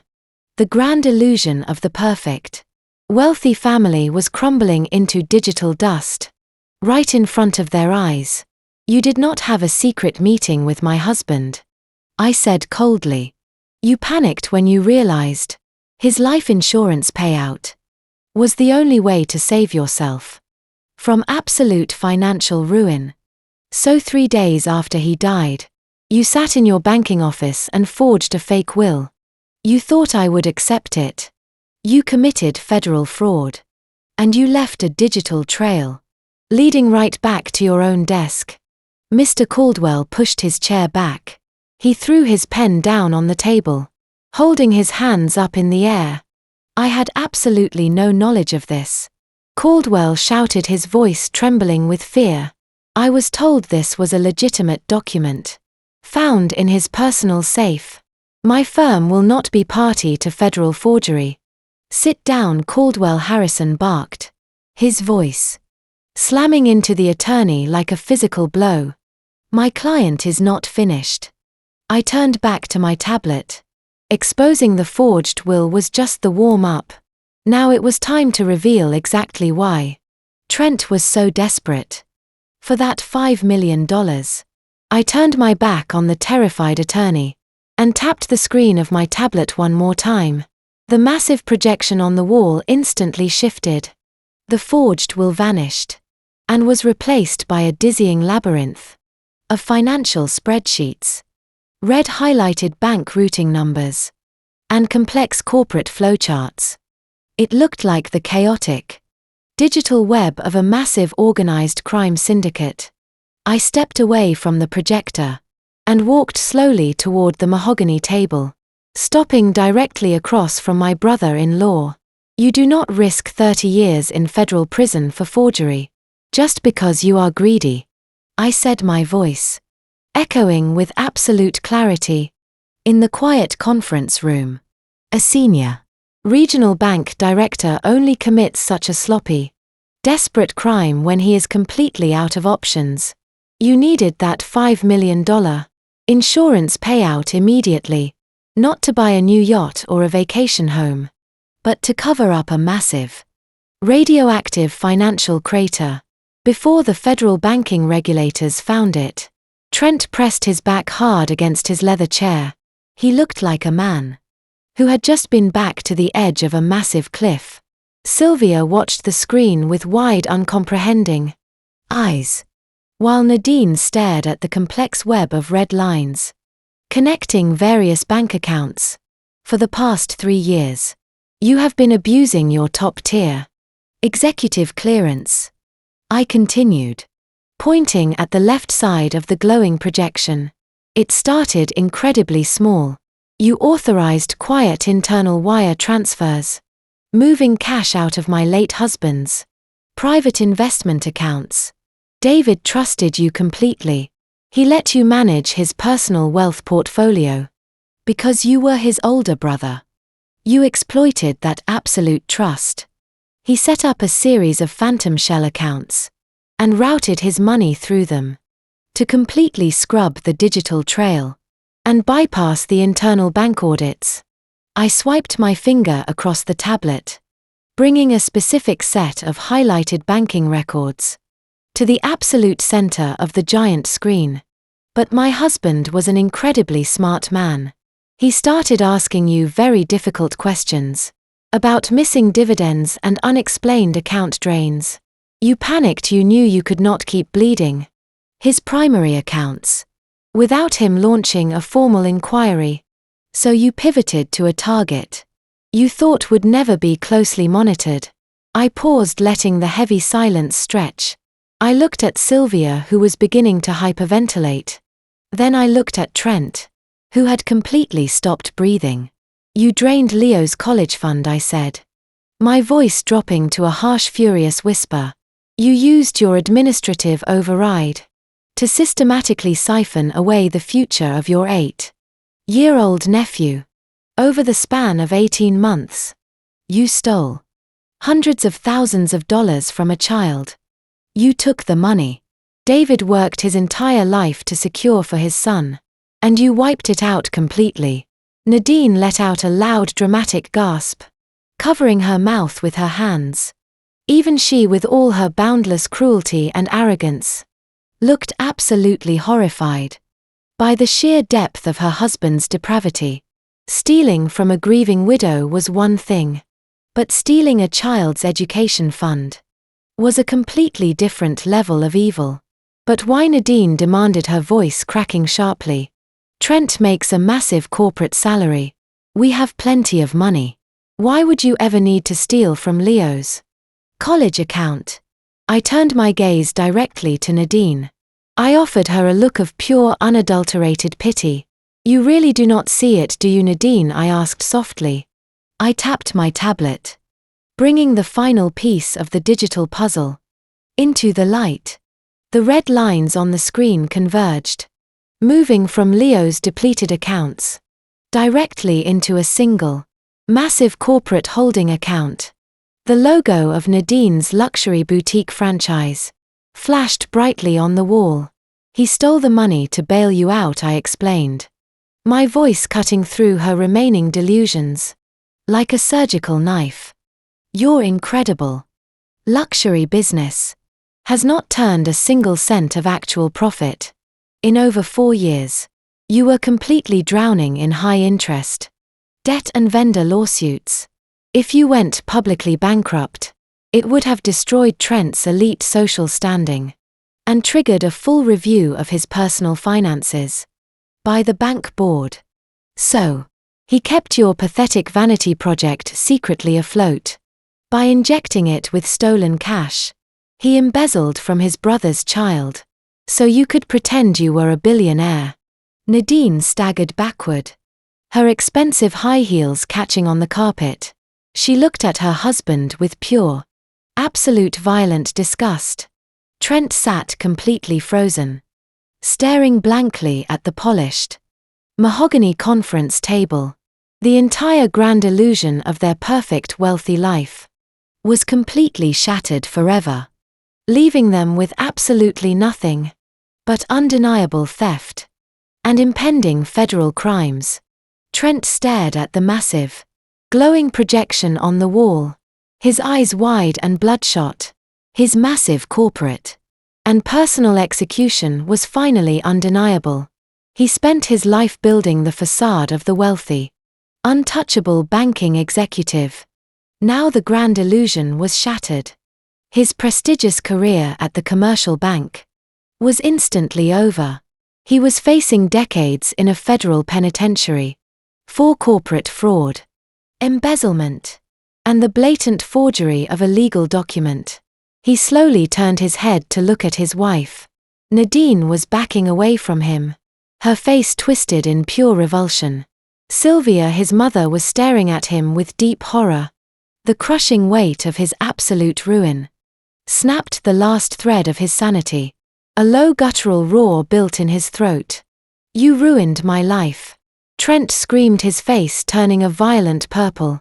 He slammed both hands onto the polished mahogany conference table and launched his body forward. He lunged across the wide table, scattering Mr. Caldwell's legal folders. His expensive tailored suit jacket ripped at the seams as he reached out with clawed hands, aiming right for my throat. I did not flinch or take a step back. Harrison Croft moved with terrifying speed. The Wall Street lawyer stepped directly in front of me, intercepting Trent mid-air. Harrison grabbed Trent by his ripped lapels and shoved him backward. Trent crashed hard into Mr. Caldwell's heavy, leather executive chair, sending the older attorney scrambling backward. In sheer panic, fueled by raw adrenaline and blinding rage, Trent scrambled to his feet, kicking the heavy chair out. of his way to charge a second time. "I will kill you, Natalie," he roared, spit flying from his lips. Before he could take another step, the heavy double doors of the conference room burst open. The thick wood slammed loudly against the glass walls, causing the room to shake. "Freeze right there," a loud commanding voice boomed over the chaos. 4 heavily armed uniformed police officers rushed into the room. Their heavy boots pounded the carpet as they zeroed in on the act of threat. Trent was blinded by his rage and refused to comply. He raised his fists, turning aggressively toward the officers. That was his final massive mistake. 2 large officers tackled Trent simultaneously, grabbing his arms and driving his chest hard into the floor. The heavy impact knocked the wind out of his lungs. He gasped wildly as they pinned his arms behind his back. "Stop resisting," one officer ordered, pressing his knee between Trent's shoulder blades. Nadine pressed herself flat against the far wall, screaming hysterically as she watched her husband subdued. Trent thrashed against the carpet, but was completely trapped. The physical threat was neutralized. The room fell into a chaotic silence, broken only by Trent's desperate panting. We all stood frozen, watching the officers secure the handcuffs tightly around Trent's wrists. I assumed the police had arrived to arrest Trent for his violent outburst, or the massive banking fraud I had just thoroughly exposed. But the situation was about to take a completely different, sinister turn. A 5th man walked slowly into the conference room. He was not wearing a uniform. He wore a rumpled grey suit and carried a thick manila folder. He possessed the exhausted demeanor of a man who dealt exclusively with absolute human misery. The lead detective stopped scanning the room. With sharp, observant eyes, he looked down at Trent, who was pinned against the floor. The detective did not say a single word to my brother-in-law. He did not read him his rights or formally place him under arrest for the embezzlement. Instead, the lead detective completely ignored Trent and walked right past him. He continued walking slowly around the large mahogany table, his heavy shoes clicking deliberately. He stopped directly in front of Sylvia. My mother-in-law froze, her eyes darting nervously toward the heavy gold badge resting on his hip. "Sylvia," the detective said, his voice carrying absolute authority, "please stand up and place your hands flat on the table, where I can see them." Sylvia opened her mouth, but absolutely no sound came out. She pushed herself up from the chair, her hands trembling violently as she placed them on the mahogany wood. The detective unclipped a pair of heavy steel handcuffs from his belt. The sharp metallic clicking sound echoed loudly in the stunned room. "Sylvia, you are officially under arrest," the detective announced, snapping the cold steel firmly around her wrist. "You have the right to remain silent. Anything you say can and will be used against you in a court of law. You have the right to an attorney." The room stood in absolute paralyzed shock as the mother-in-law was handcuffed. Why was Sylvia being arrested? Sylvia stared at the cold steel rings locked securely around her wrists. The expensive pearls around her neck trembled as she let out a high-pitched gasp of pure disbelief. "What is the meaning of this?" she stammered, looking wildly from the detective to Trent, who was still pinned to the carpet. "I am a grieving mother. You cannot come into my lawyer's office and arrest me for absolutely nothing." The lead detective did not flinch at her desperate outrage. He reached into his rumpled grey suit jacket and pulled out a folded piece of thick white paper, holding it up for everyone to see. "This is a federal warrant for your immediate arrest, Sylvia," he stated, his voice echoing with absolute unwavering authority. "You are being formally charged with first-degree insurance fraud." And criminal conspiracy. Insurance fraud. Sylvia shrieked, her face turning pale white. I have never committed a crime in my entire life. I do not even handle my own finances. My son handles everything for me. She pointed her cuffed hands down at Trent. Desperately. Trying to throw her own child under the bus. To save herself. But the detective slowly shook his head. Trent will be facing his own extensive list of massive federal charges today. The detective replied, his tone completely flat.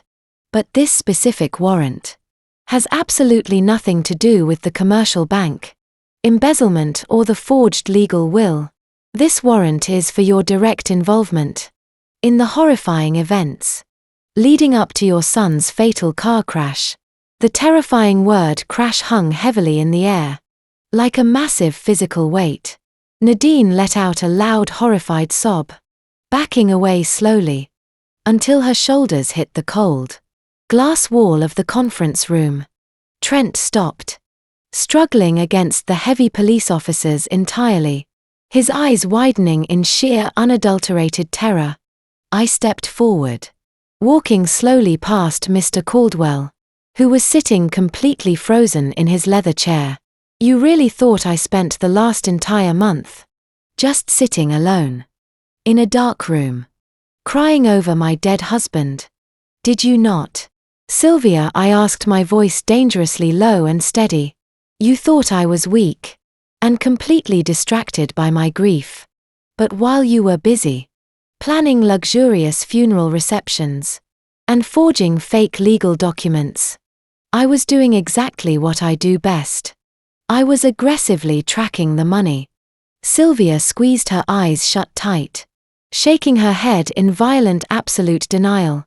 I do not know what you are talking about, she whispered, her voice cracking pathetically. I picked up my digital tablet from the mahogany table and swiped the glowing screen. The projector behind the attorney flashed brightly, bringing up a highly classified bank statement.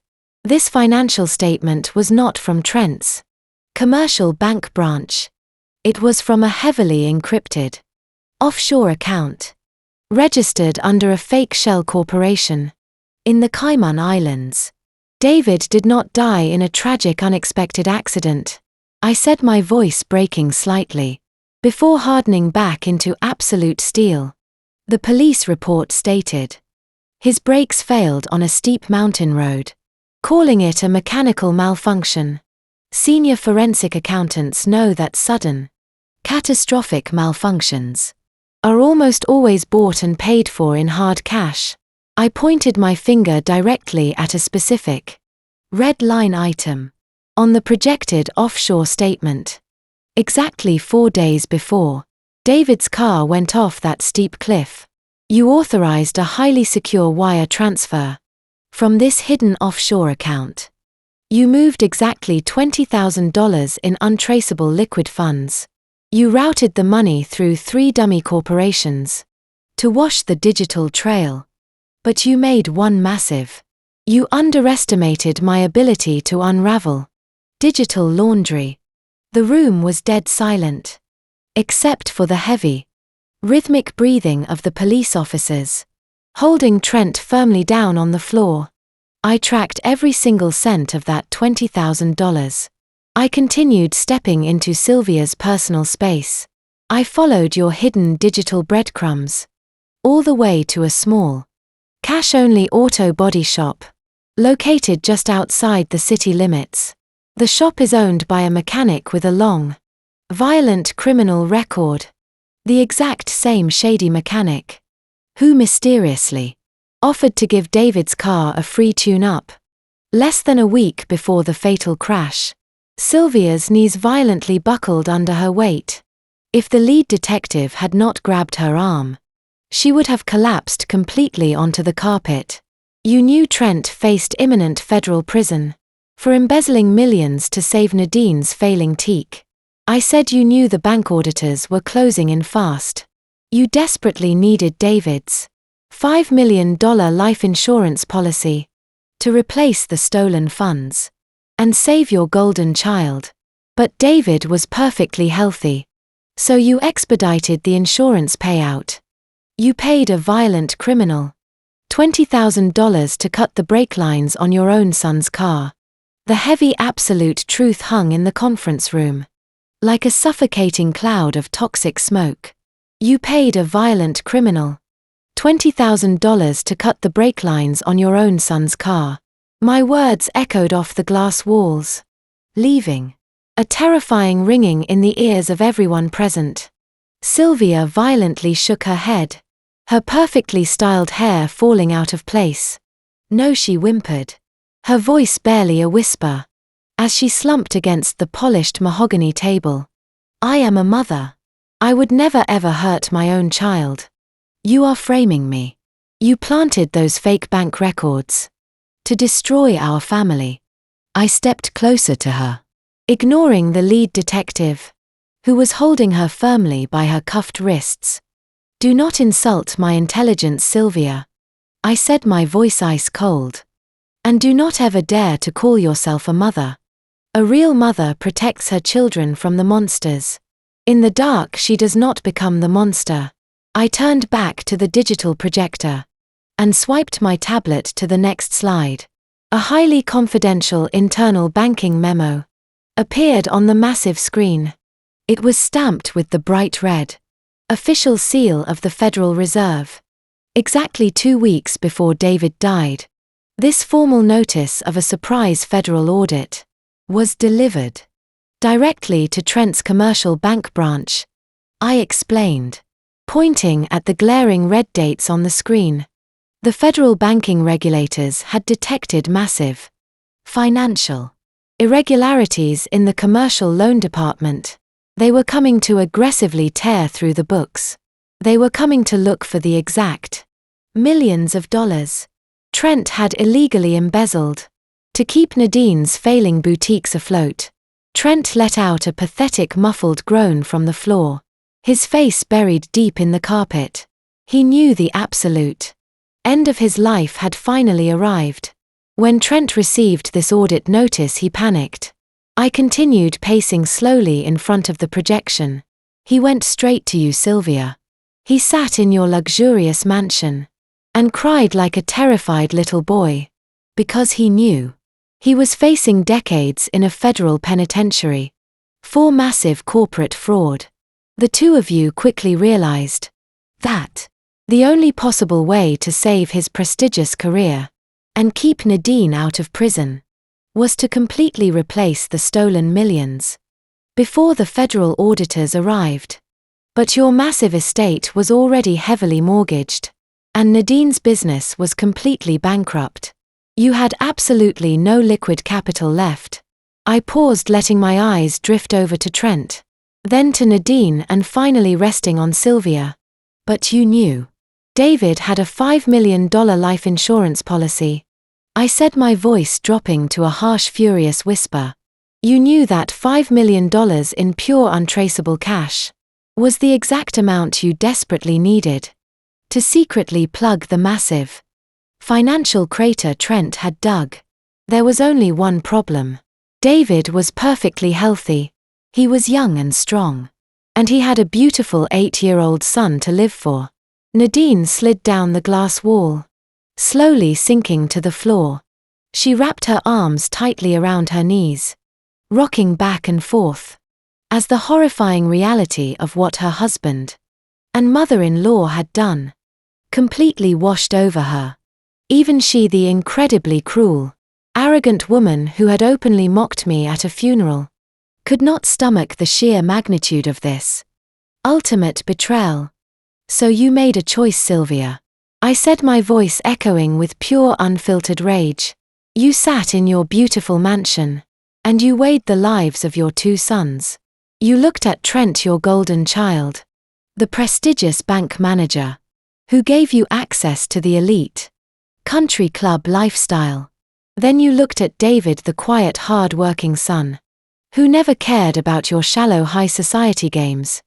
And you chose to sacrifice David. You decided his life was worth exactly $5 million to save Trent's pathetic career. Sylvia began to sob uncontrollably.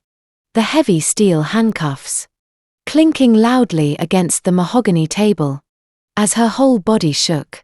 "It was an accident," she wailed hysterically, tears streaming down her face, ruining her expensive makeup. The mechanic was only supposed to damage the engine. He was only supposed to cause a minor crash. So David would end up in the hospital. We just wanted to claim the medical insurance payout. To buy some time.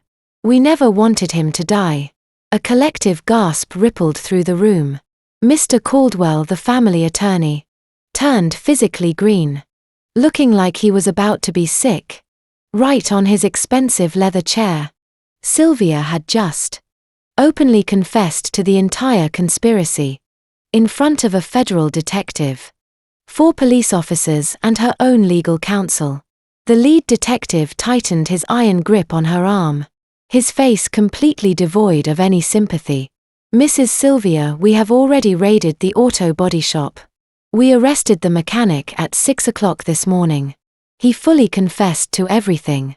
He showed us the encrypted text messages you sent him, demanding that the brake lines be completely severed. He provided us with the offshore wire routing numbers that perfectly match the forensic data your daughter-in-law just presented. You did not ask for a minor accident. You explicitly paid for a fatal crash."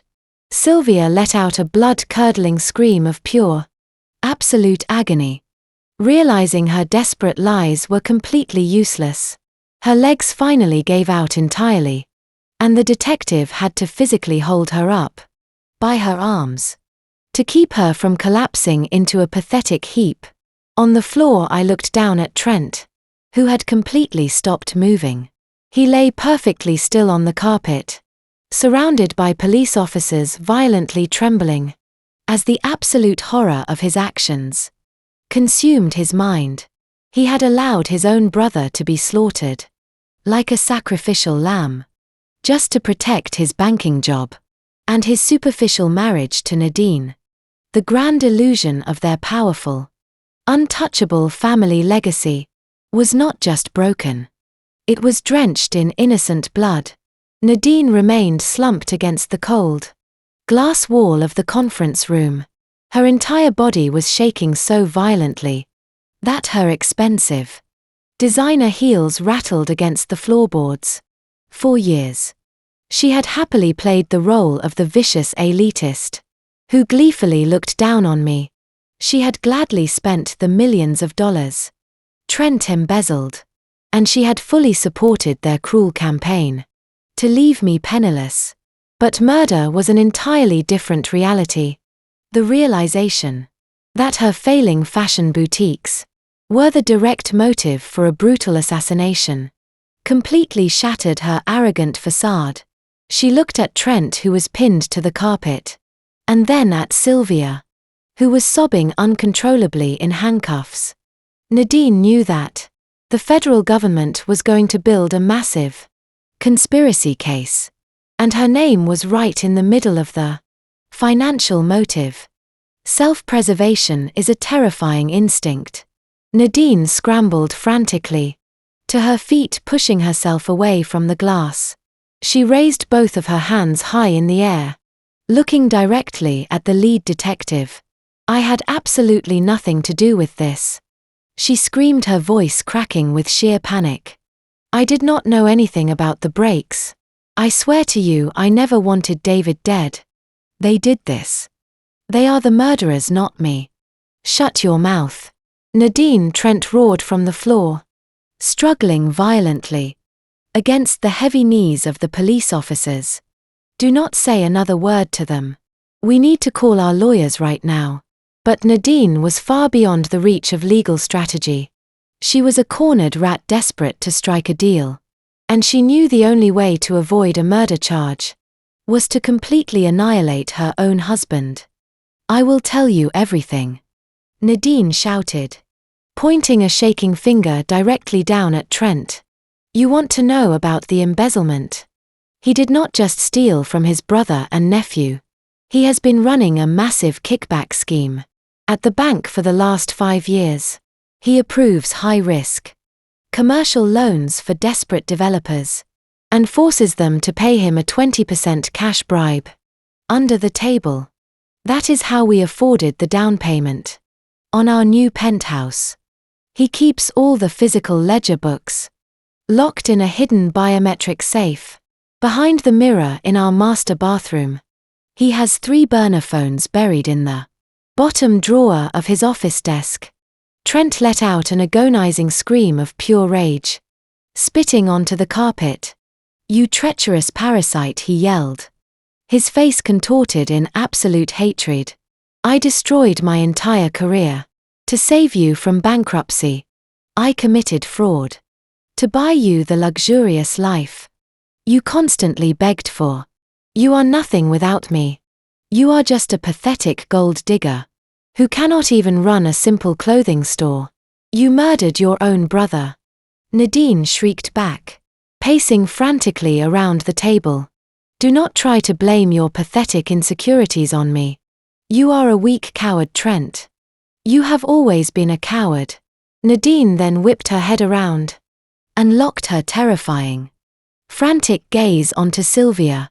My mother-in-law recoiled, leaning away from the raging woman she had once proudly called her favorite daughter. Nadine was not going to let Sylvia play the victim. "And do not even get me started on this wicked old witch," Nadine yelled, pointing right at Sylvia's tear-stained face. "She is not just a murderer. She has been committing massive tax fraud for 2 decades. You want to know how she funds her elite country club lifestyle? She runs a fake charitable foundation for underprivileged children. She hosts those massive $1 million galas, collects all the donations from her rich idiot friends, and immediately funnels 80% of the cash directly into her personal offshore accounts. She has over $2 million in undeclared blood diamond jewelry stashed in a private vault at a Swiss bank." Sylvia's mouth dropped open in pure, unadulterated horror. "You ungrateful little harlot," Sylvia shrieked, straining against the heavy steel handcuffs. "I welcomed you into my home. I treated you like my own flesh and blood. You ate my food, drank my wine, and spent my money. And now you dare to stand there and lie to the police. To save your own miserable skin. I am not lying and you know it." Nadine spat back, stepping so close to Sylvia that the detective had to step between them. "Tell them about the art collection, Sylvia. Tell them how you systematically stole all the antique paintings from your own dying husband's estate before the probate court could inventory them. You are a thief and a murderer, and I hope you rot in a federal cell for the rest of your miserable life." The grand conference room descended into absolute chaos. The wealthy, untouchable family that had terrorized me for 8 long years was violently tearing itself apart. Trent was screaming vile curses at his wife from the floor. Sylvia was sobbing and spitting venom back at Nadine, calling her a worthless traitor. Nadine was crying hysterically, begging the lead detective for a federal immunity deal in exchange for her full cooperation. The lead detective simply stood there, pulling a small notebook from his pocket and calmly writing down every single confession spilling from their mouths. I stood quietly near the digital projector, watching the beautiful destruction of their toxic empire. They did not need me to destroy them anymore. Their own boundless greed, crushing paranoia and deep-rooted selfishness had finally caused a spectacular implosion. They were executing each other right in front of my eyes. 3 exact weeks passed since the explosive confrontation inside the mahogany conference room. For 21 agonizing days, Trent and Sylvia sat locked inside separate, concrete federal holding cells. Their designer clothes were replaced by orange jumpsuits, and their extravagant meals were reduced to cold cafeteria trays. The crushing reality of federal prison was breaking their arrogant spirits. But high society criminals rarely go down without deploying their incredibly expensive defense attorneys.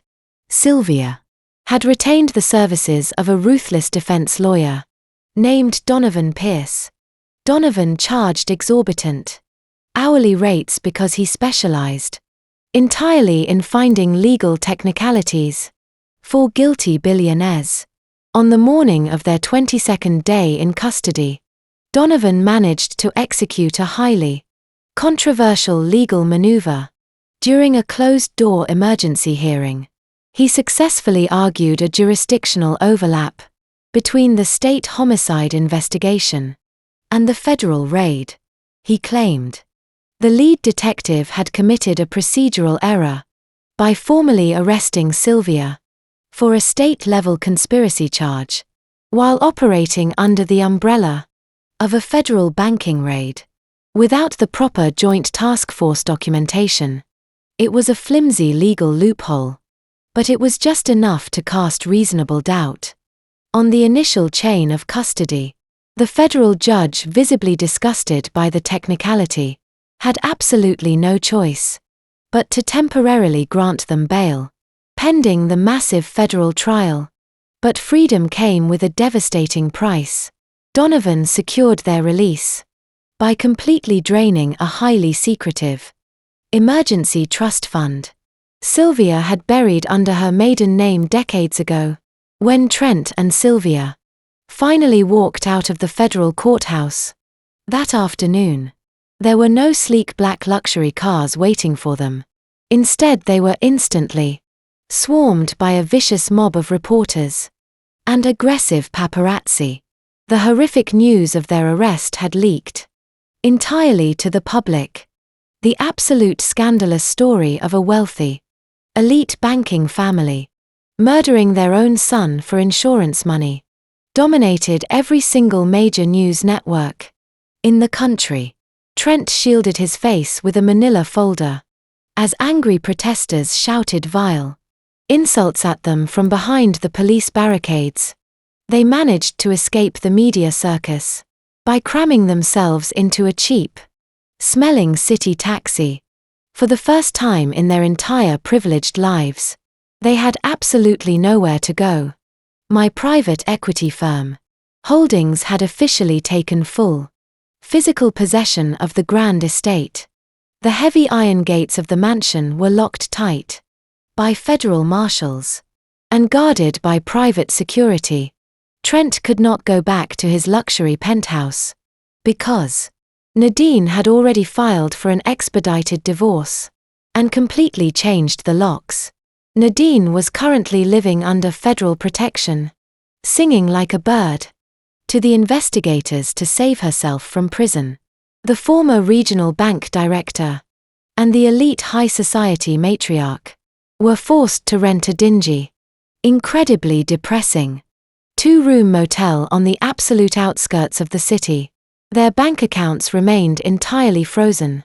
Their platinum credit cards were permanently cancelled. The commercial bank had not only fired Trent, but they had also publicly released a scathing corporate statement, completely disavowing any knowledge of his massive embezzlement ring. Sylvia attempted to call her wealthy country club friends, begging them for temporary loans or a place to stay. Every single person hung up the phone the second they heard her voice. They were absolute social pariahs. They had become the exact type of destitute, penniless trash they had accused me of being for 8 long years, sitting on the edge of a stained motel mattress, staring at a flickering television screen. Trent finally began to fully panic. He paced the small dirty room, running his hands frantically through his unwashed hair. "We are going to die in a federal penitentiary, Mother." Trent hyperventilated, his voice shaking with pure unadulterated terror. "The trial starts in exactly 2 months. Nadine is giving them the physical ledgers. The mechanic already fully confessed. Donovan told me this morning that the absolute best plea deal we can hope for is 40 years without the possibility of parole. We have absolutely no money left to pay him. We are completely finished. Sylvia stared blankly at the peeling wallpaper of the cheap motel room, her mind completely broken by the sudden, violent drop from the absolute pinnacle of wealth to the dirty floor of a roadside inn. Refused to accept reality. She slowly turned her head to look at her terrified son. The cold calculating light of pure elite arrogance flickered back into her eyes. "We are not finished, Trent," Sylvia whispered, her voice hardening into absolute, desperate determination. "We just need enough liquid cash to pay off a private pilot and disappear to a non-extradition country before the trial officially starts. I still have one incredibly massive card left to play." Sylvia turned away from the peeling wallpaper and looked at her terrified son. "I still have the annual Children's Foundation Gala," she said, her voice devoid of its usual elegance. "It is scheduled for this coming Saturday, at the Grand Ballroom. The venue was paid for 6 months ago. The invitations were sent out long before this nightmare happened. Hundreds of wealthy investors and socialites are planning to attend." Trent shook his head, rubbing his temples frantically. "Are you insane, Mother?" he hissed, his voice cracking. "We are out on federal bail for conspiracy to commit murder and corporate embezzlement. Nobody is going to show up to a charity event hosted by us. Half the city wants us locked in a steel cage. They will show up precisely because they are morbidly curious." Sylvia snapped her eyes wide and manic. "The elite feed on absolute scandal, Trent. They will come to see the train wreck in person. When they fill that ballroom, we are going to get up on that stage and sell them the performance of a lifetime. We will declare that your sister-in-law suffered a psychotic break after David died. We will claim she hired hackers to manipulate the metadata and plant those wire transfers to steal our estate. We will tell everyone we are the tragic victims of a deranged gold digger." Trent slowly stopped pacing the carpet. A desperate glimmer of hope flickered in his bloodshot eyes. "If we can convince even a dozen of those investors that we are innocent, they might write massive checks to the foundation out of pure sympathy," Trent whispered, piecing the plan together. "And since the foundation accounts are completely separate from our frozen assets, we can immediately drain the cash." "Exactly," Sylvia said, grabbing his shoulders tightly. "We take the donation money, we pay the private pilot waiting at the airstrip, and we completely vanish to a country without extradition treaties. But we have to utterly destroy her reputation on that stage tonight to make it work." Fast forward to Saturday night. The grand ballroom of the hotel was glowing brightly with crystal chandeliers and overflowing with expensive floral arrangements. Just as Sylvia predicted, the morbid curiosity of the elite high society drew a massive crowd. Over 300 wealthy guests filed into the venue wearing custom tuxedos and glittering designer gowns. They whispered furiously behind their champagne flutes, pointing at Sylvia and Trent, who were standing nervously near the main stage. Sylvia had spent her absolute last remaining dollars hiring a cheap makeup artist to heavily powder her face, trying desperately to hide the dark, exhausted circles under her eyes. She wore a vintage black gown she had miraculously managed to smuggle out of the mansion before the federal marshals locked it down tight. Trent stood incredibly stiffly beside her, wearing a borrowed suit that did not quite fit his frame. He was nervously scanning the crowded room, desperately calculating exactly how much money they could quickly extract from the room full of gullible millionaires. They had aggressively hired a small, independent production crew to heavily live-stream the entire charity gala. directly onto the foundation website. Sylvia wanted to make absolutely sure her tragic victim narrative reached the widest possible audience. She wanted the entire city to fundamentally believe that I was a completely insane hacker who had maliciously orchestrated a massive federal hoax to steal her family wealth. Outside the luxurious hotel, the cold winter night air whipped aggressively through the empty city streets. I sat completely quietly in the backseat of a heavily tinted black SUV parked directly across from the grand ballroom entrance. Harrison Croft sat in the leather seat right next to me, his thick leather briefcase resting heavily on his lap. The bright glow of my digital tablet illuminated the dark interior of the secure vehicle. I was watching the high-definition live stream of the gala. The camera panned across the crowded ballroom, capturing the oblivious, wealthy investors taking their seats at the expensive, catered tables. I watched Trent repeatedly tap the microphone, checking the audio levels. I watched Sylvia practice her fake tragic smile, constantly adjusting the heavy string of pearls. She still stubbornly refused to take off. They were completely ready to lie to the entire world. One last time. They were absolutely convinced they could successfully spin their vicious web of deceit, secure the untraceable cash, and fly away completely unpunished. I reached down and gently locked the glowing screen of my digital tablet. I looked out the dark-tinted window at the brightly glowing entrance of the expensive hotel. Then I slowly turned to my lawyer Harrison. I said, my voice completely calm and utterly merciless, "Let us give them the finale they deserve." Inside the grand ballroom of the hotel, the atmosphere was thick with the scent of expensive, catered food and the quiet murmur of high society gossip. 300 of the wealthiest investors, politicians and socialites in the city sat around circular tables draped in white silk. The crystal chandeliers above cast a warm, golden light over the room, hiding the dark, horrific reality of the two people hosting the event. Heavy television cameras were positioned at the back of the room, feeding a high-definition live stream directly to the foundation website. Everyone in the room was morbidly fascinated by the massive scandal surrounding the family. They had all seen the news reports of the federal raid and the murder conspiracy charges. But they came tonight because they wanted to hear the disgraced matriarch speak for herself. The low chatter in the ballroom immediately died down as Sylvia slowly walked up the carpeted steps to the main stage.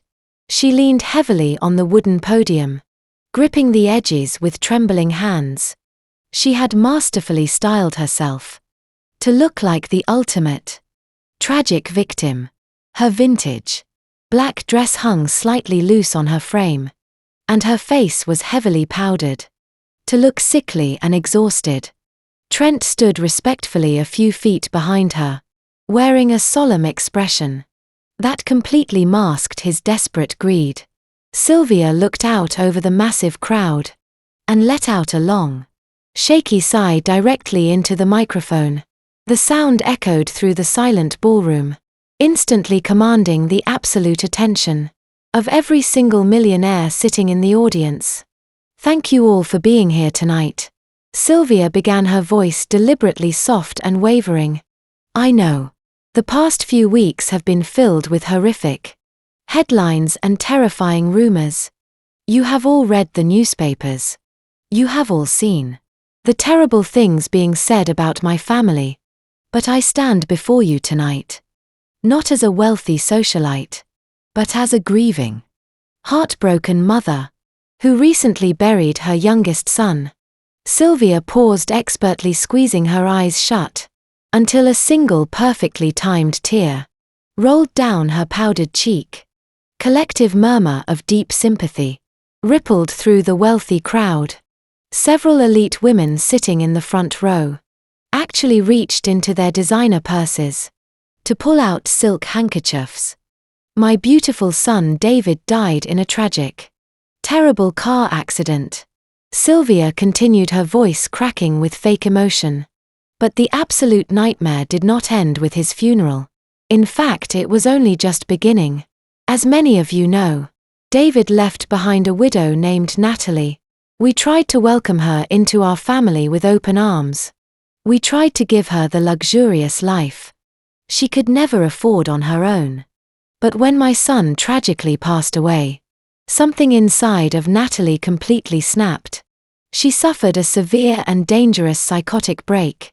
She simply could not handle the grief. And she directed all of her violent paranoia directly at me and my eldest son Trent.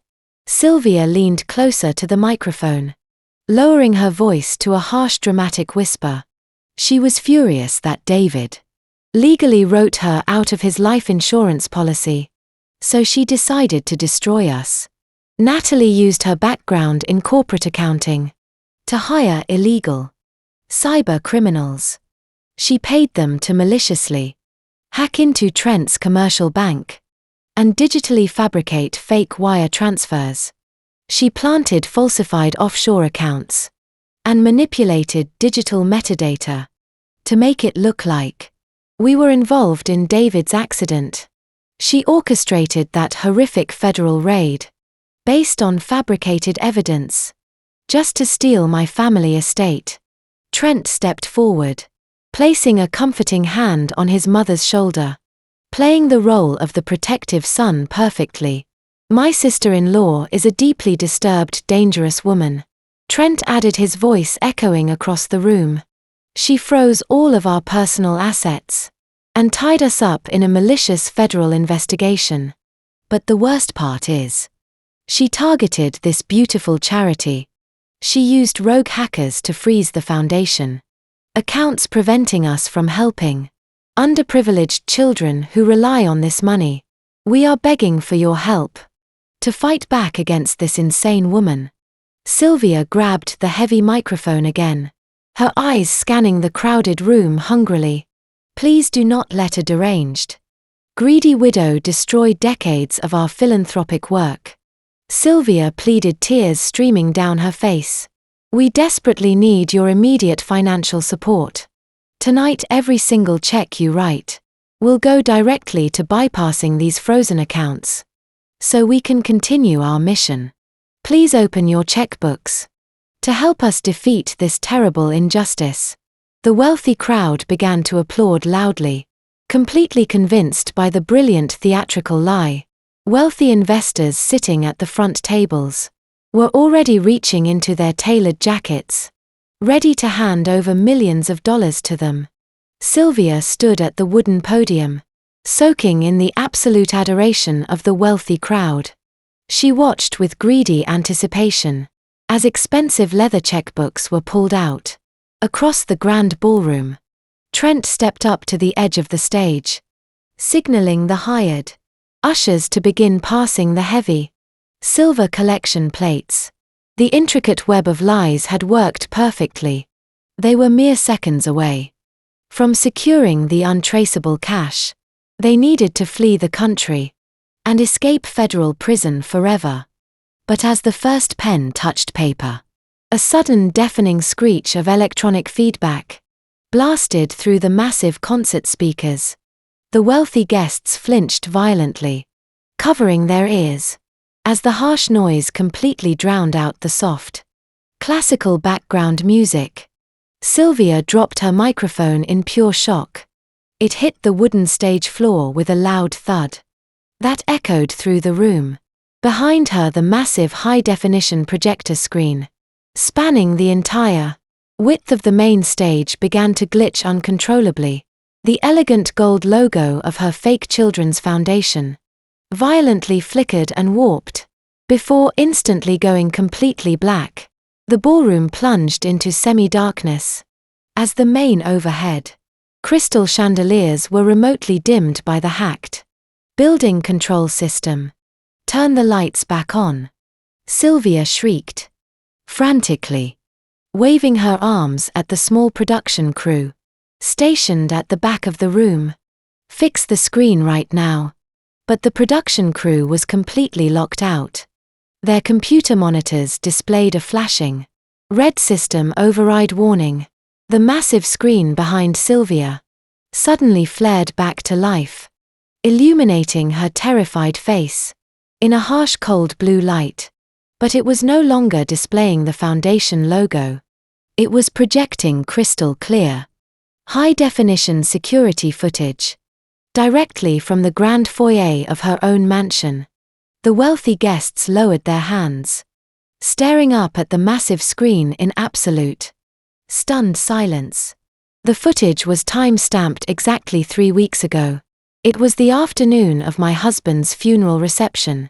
The video showed little Leo standing nervously in his small black suit. It clearly captured the exact moment. His elbow brushed the highboy table, spilling the ice water onto the marble floor. It showed Nadine violently shoving the grieving 8-year-old boy backward, causing him to fall hard onto the ground. A collective gasp of absolute horror rippled through the crowded ballroom. But the horrific video was not over. The footage showed Sylvia marching aggressively into the frame. Instead of helping her injured grandson, she raised her hand and viciously slapped the crying child across his face. In the background of the high-definition video, Trent could be seen leaning against the wall, laughing cruelly at the physical abuse of his own nephew. The wealthy socialites, who had just been reaching for their checkbooks to support a children's charity, watched in sheer disgust as the Foundation founder violently assaulted an 8-year-old boy. The undeniable visual proof instantly shattered Sylvia's carefully crafted victim narrative. Women in the front row stood up from their tables, pointing angrily at the stage. "Turn it off." Trent roared, his face turning purple with rage. He leaped off the stage and sprinted toward the audio-visual booth, shoving waiters out of his way. "Pull the plug on the projector." But before Trent could even reach the back of the room, the visual on the massive screen shifted again. The security footage faded out and was replaced by a stark black screen, displaying the glowing red logo of Trent's former commercial bank. Then a booming audio recording began to play through the massive concert speakers at maximum volume.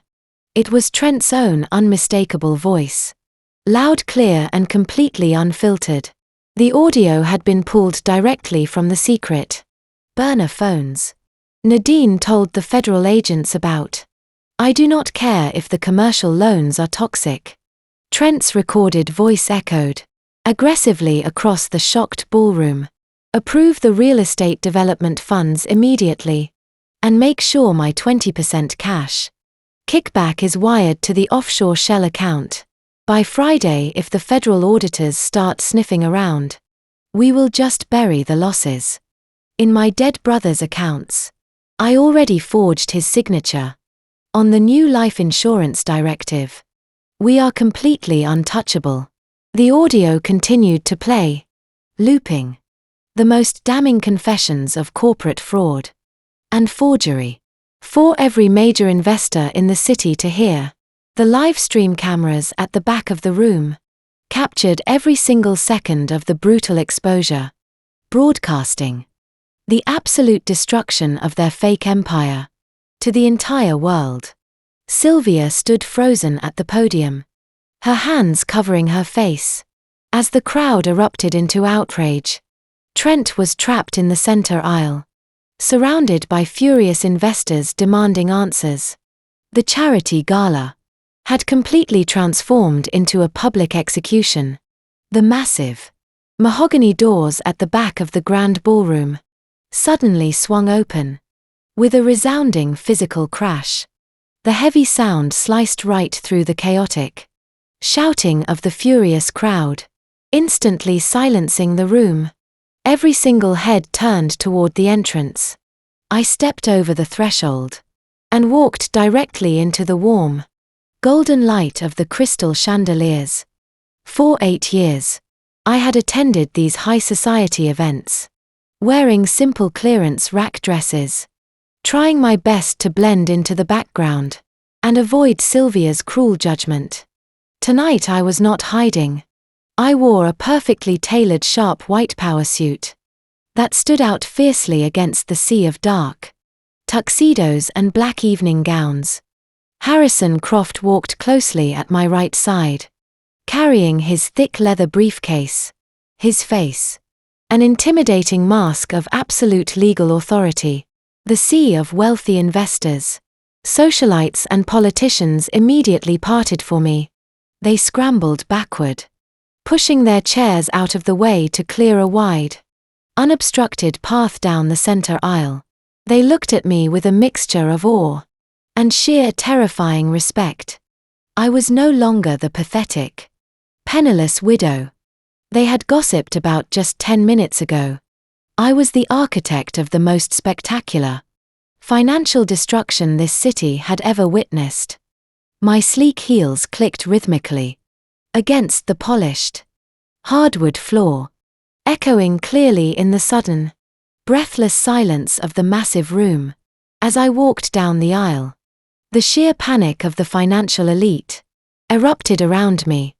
The wealthy commercial real estate developers and corporate board members who had just heard Trent explicitly confess to federal kickbacks realized their own portfolios were in immediate radioactive danger. The soft glow of hundreds of smartphone screens illuminated the dark edges of the ballroom as investors frantically dialed their crisis management teams. A prominent real estate tycoon, standing just a few feet away from Trent, held his phone to his ear and barked ruthless orders to his brokers. Liquidate every single asset tied to that commercial branch. Right now, the tycoon shouted, completely ignoring Trent's desperate attempts to intervene, cancel the development contracts, and freeze the escrow accounts. I want my money out of his bank tonight. Trent reached out, grabbing the tycoon's tailored sleeve, his eyes wide with absolute panic. Please, you have to listen to me. Trent begged, his voice cracking pathetically. That audio was completely fabricated. It is a fake recording. You cannot pull your investments. My bank will completely collapse. The tycoon violently yanked his arm away, shooting Trent a look of pure unadulterated disgust. Do not ever touch me again, you absolute criminal. The tycoon spat, stepping back, as if Trent were infected with a deadly disease. You are going to federal prison, and I will personally testify against you if it keeps my name out of your federal indictment. Trent stumbled backward, his entire corporate empire dissolving into ashes, right in front of his eyes. Further down the aisle, the harsh reality of unpaid debts was violently catching up with another member of the family. Nadine had quietly slipped into the back of the ballroom earlier in the evening, wearing a dark coat and large sunglasses. She had arrogantly hoped to watch her husband and mother-in-law go down in flames, while she played the role of the innocent, cooperating witness. But her massive ego had blinded her to a crucial detail. The charity gala was heavily populated by the exact same wealthy vendors, luxury suppliers and elite property managers she had systematically defrauded for years. A furious supplier recognized her face in the crowd. Within seconds, a tight hostile circle of wealthy creditors completely surrounded Nadine. They backed her aggressively into the heavy velvet curtains, trapping her entirely. Where is my $2 million, Nadine? A prominent jewelry vendor shouted, pointing a furious finger right in her face. You told me your boutiques were fully capitalized. You lied to my face and paid me with stolen money. Nadine pressed her back against the wall, desperately trying to shield her face from the flashing cameras. I do not have your money. Nadine cried out, her voice entirely stripped of its usual arrogant superiority. The government seized everything. Leave me alone.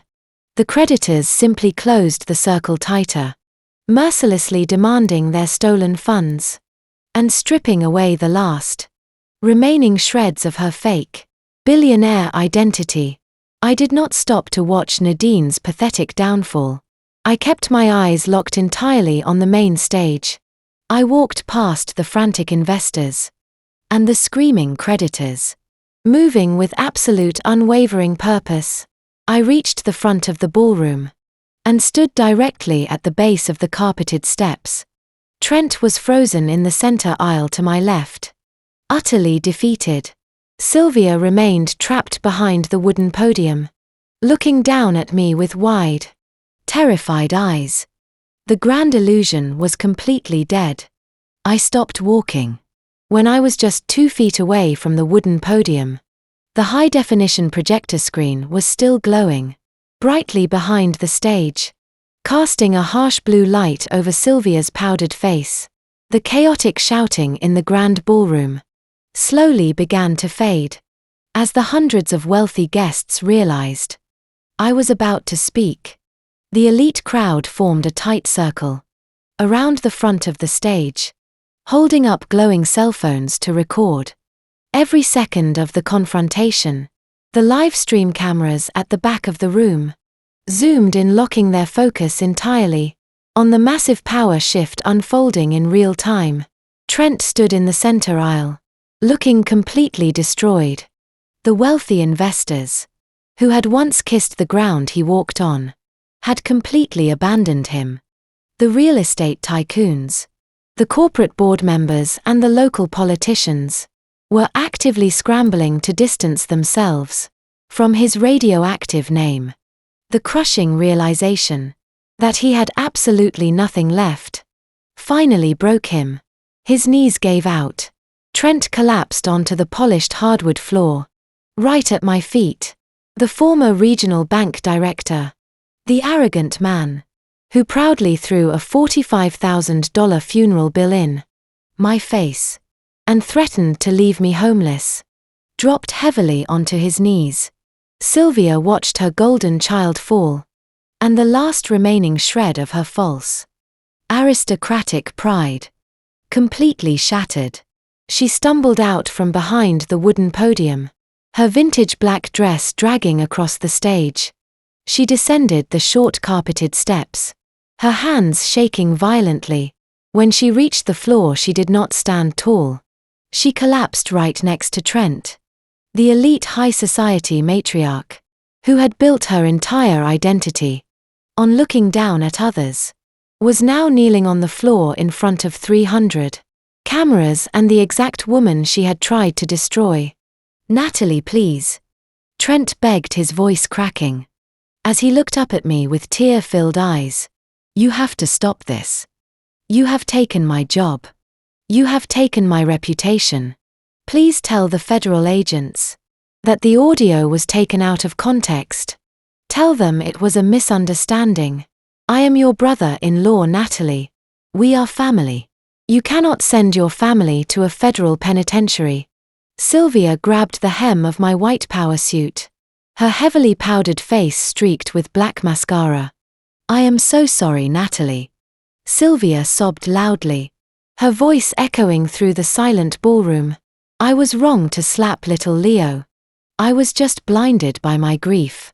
I was so heartbroken over losing David that I took it out on you and the boy. I will give you anything you want. I will sign the estate over to you without a fight. Just call off the lawyers. Please show us some mercy. We are the only family you have left." I looked down at the two of them, kneeling on the hard floor.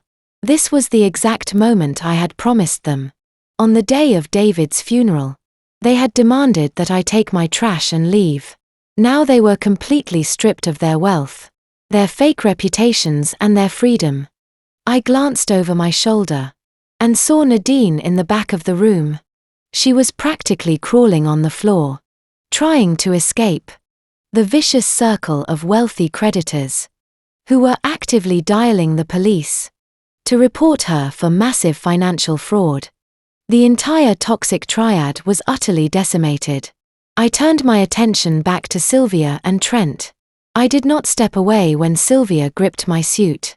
I stood perfectly still, letting the hundreds of cameras capture their pathetic desperation. You do not get to use the word family to save yourselves, I said, my voice carrying clearly across the massive ballroom. Family does not forge legal documents to steal a child's college fund. Family does not embezzle millions of dollars to fund a fake billionaire lifestyle. And family certainly does not hire a violent mechanic to cut the brake lines of a good man just to collect a life insurance payout. A fresh wave of horrified gasps rippled through the wealthy crowd as I explicitly reminded them of the murder conspiracy. Trent buried his face in his hands, sobbing uncontrollably. You did not show David mercy when you decided his life was worth exactly $5 million. I continued, my voice hardening into absolute steel. You did not show Leo mercy when you struck him across the face on the day he buried his father. You only understand mercy now because you face the end of your lives. But I am not here to grant you forgiveness. I am a forensic accountant. I am here to balance the ledger. And your account is completely bankrupt. I looked down at Sylvia and Trent, kneeling on the polished hardwood floor. The heavy silence of the grand ballroom was broken only by the sound of their pathetic sobbing and the relentless clicking of hundreds of smartphone cameras, capturing their ultimate disgrace. They had spent 8 long years trying to make me feel completely worthless. They had murdered a good man simply to cover up their own endless greed, and now they expected me to save them. I did not raise my voice, but my words cut through the room like a sharpened blade. I want you to remember the exact words you said to me on the day of my husband's funeral, I said, staring directly into Sylvia's tear-streaked eyes. You slapped my grieving child across the face, pointed at the door, and told me to take my trash and leave. Well, Sylvia, I am giving you the exact same instructions right now. Take your trash and leave. Only here tonight you are the trash. Sylvia flinched as if I had physically struck her. Trent dropped his head completely defeated. Before either of them could beg for mercy a second time, the heavy double doors at the back of the ballroom swung open. Once again this time, it was not angry investors or wealthy creditors.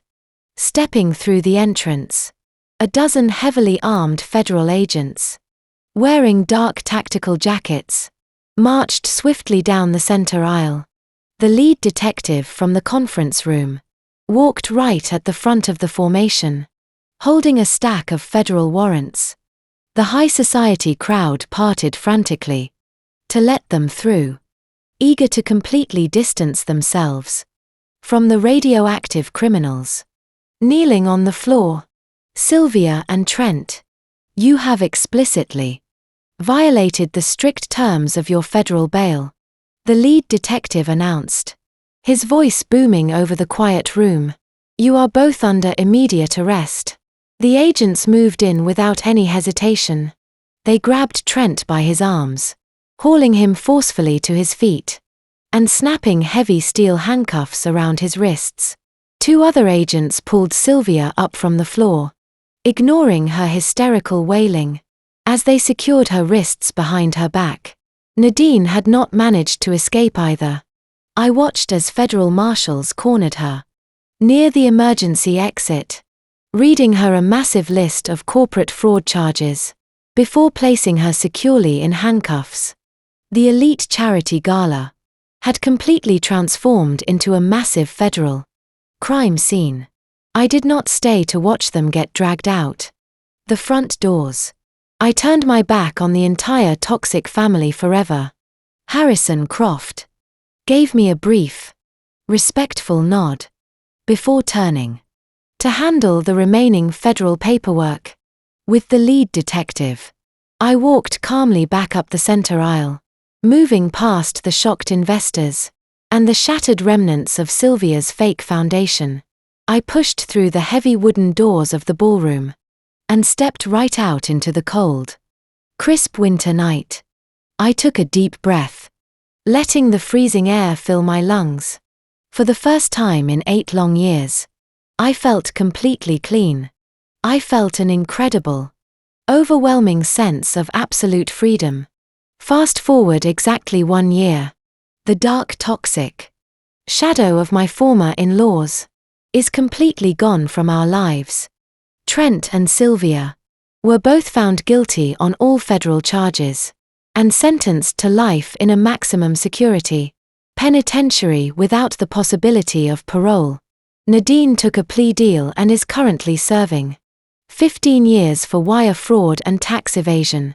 The massive estate was liquidated, and the corrupt commercial bank branch was heavily fined and permanently shut down. But none of that matters to me anymore. I'm sitting on the back porch of my beautiful new home, located in a quiet, peaceful neighborhood, far away from the toxic elite circles of the city. The warm spring sun is shining brightly over the green backyard. I watch with a huge smile on my face as my 9-year-old son Leo runs across the grass, chasing our newly adopted golden retriever. His laughter rings through the air, completely unburdened and full of pure joy. He is safe. His entire future is completely guaranteed through an ironclad, irrevocable trust that absolutely no one can ever touch. I took off my black mourning clothes a long time ago. I am now running my own independent forensic accounting firm, helping other vulnerable people track down hidden assets and fight back against corporate predators. I learned the hardest way possible that true power does not come from a wealthy family name or a massive inheritance. True power comes from absolute financial independence, standing firmly in your own truth, and executing with cold forensic precision. Thank you for listening to my story today. Please like this video and subscribe. The story we just explored reveals a profound and terrifying truth about toxic family dynamics.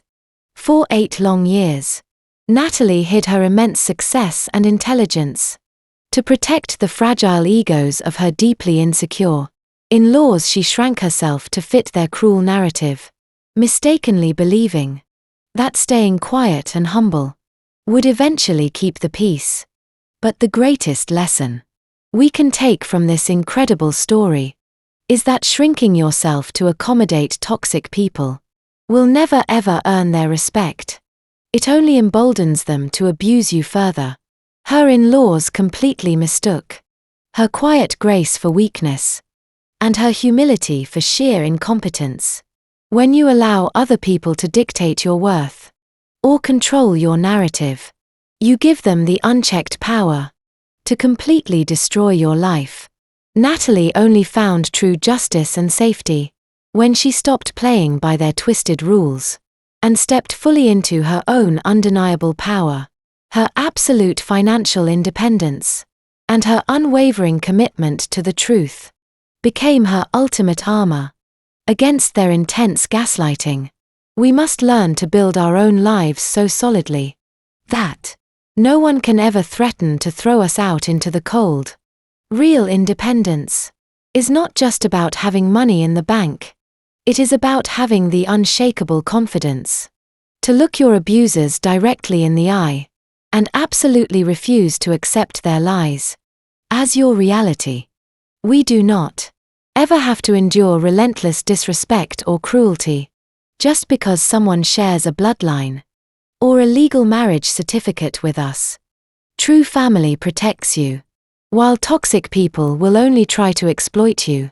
Please share this video with someone who might need the courage to finally stand up to the toxic people in their own life.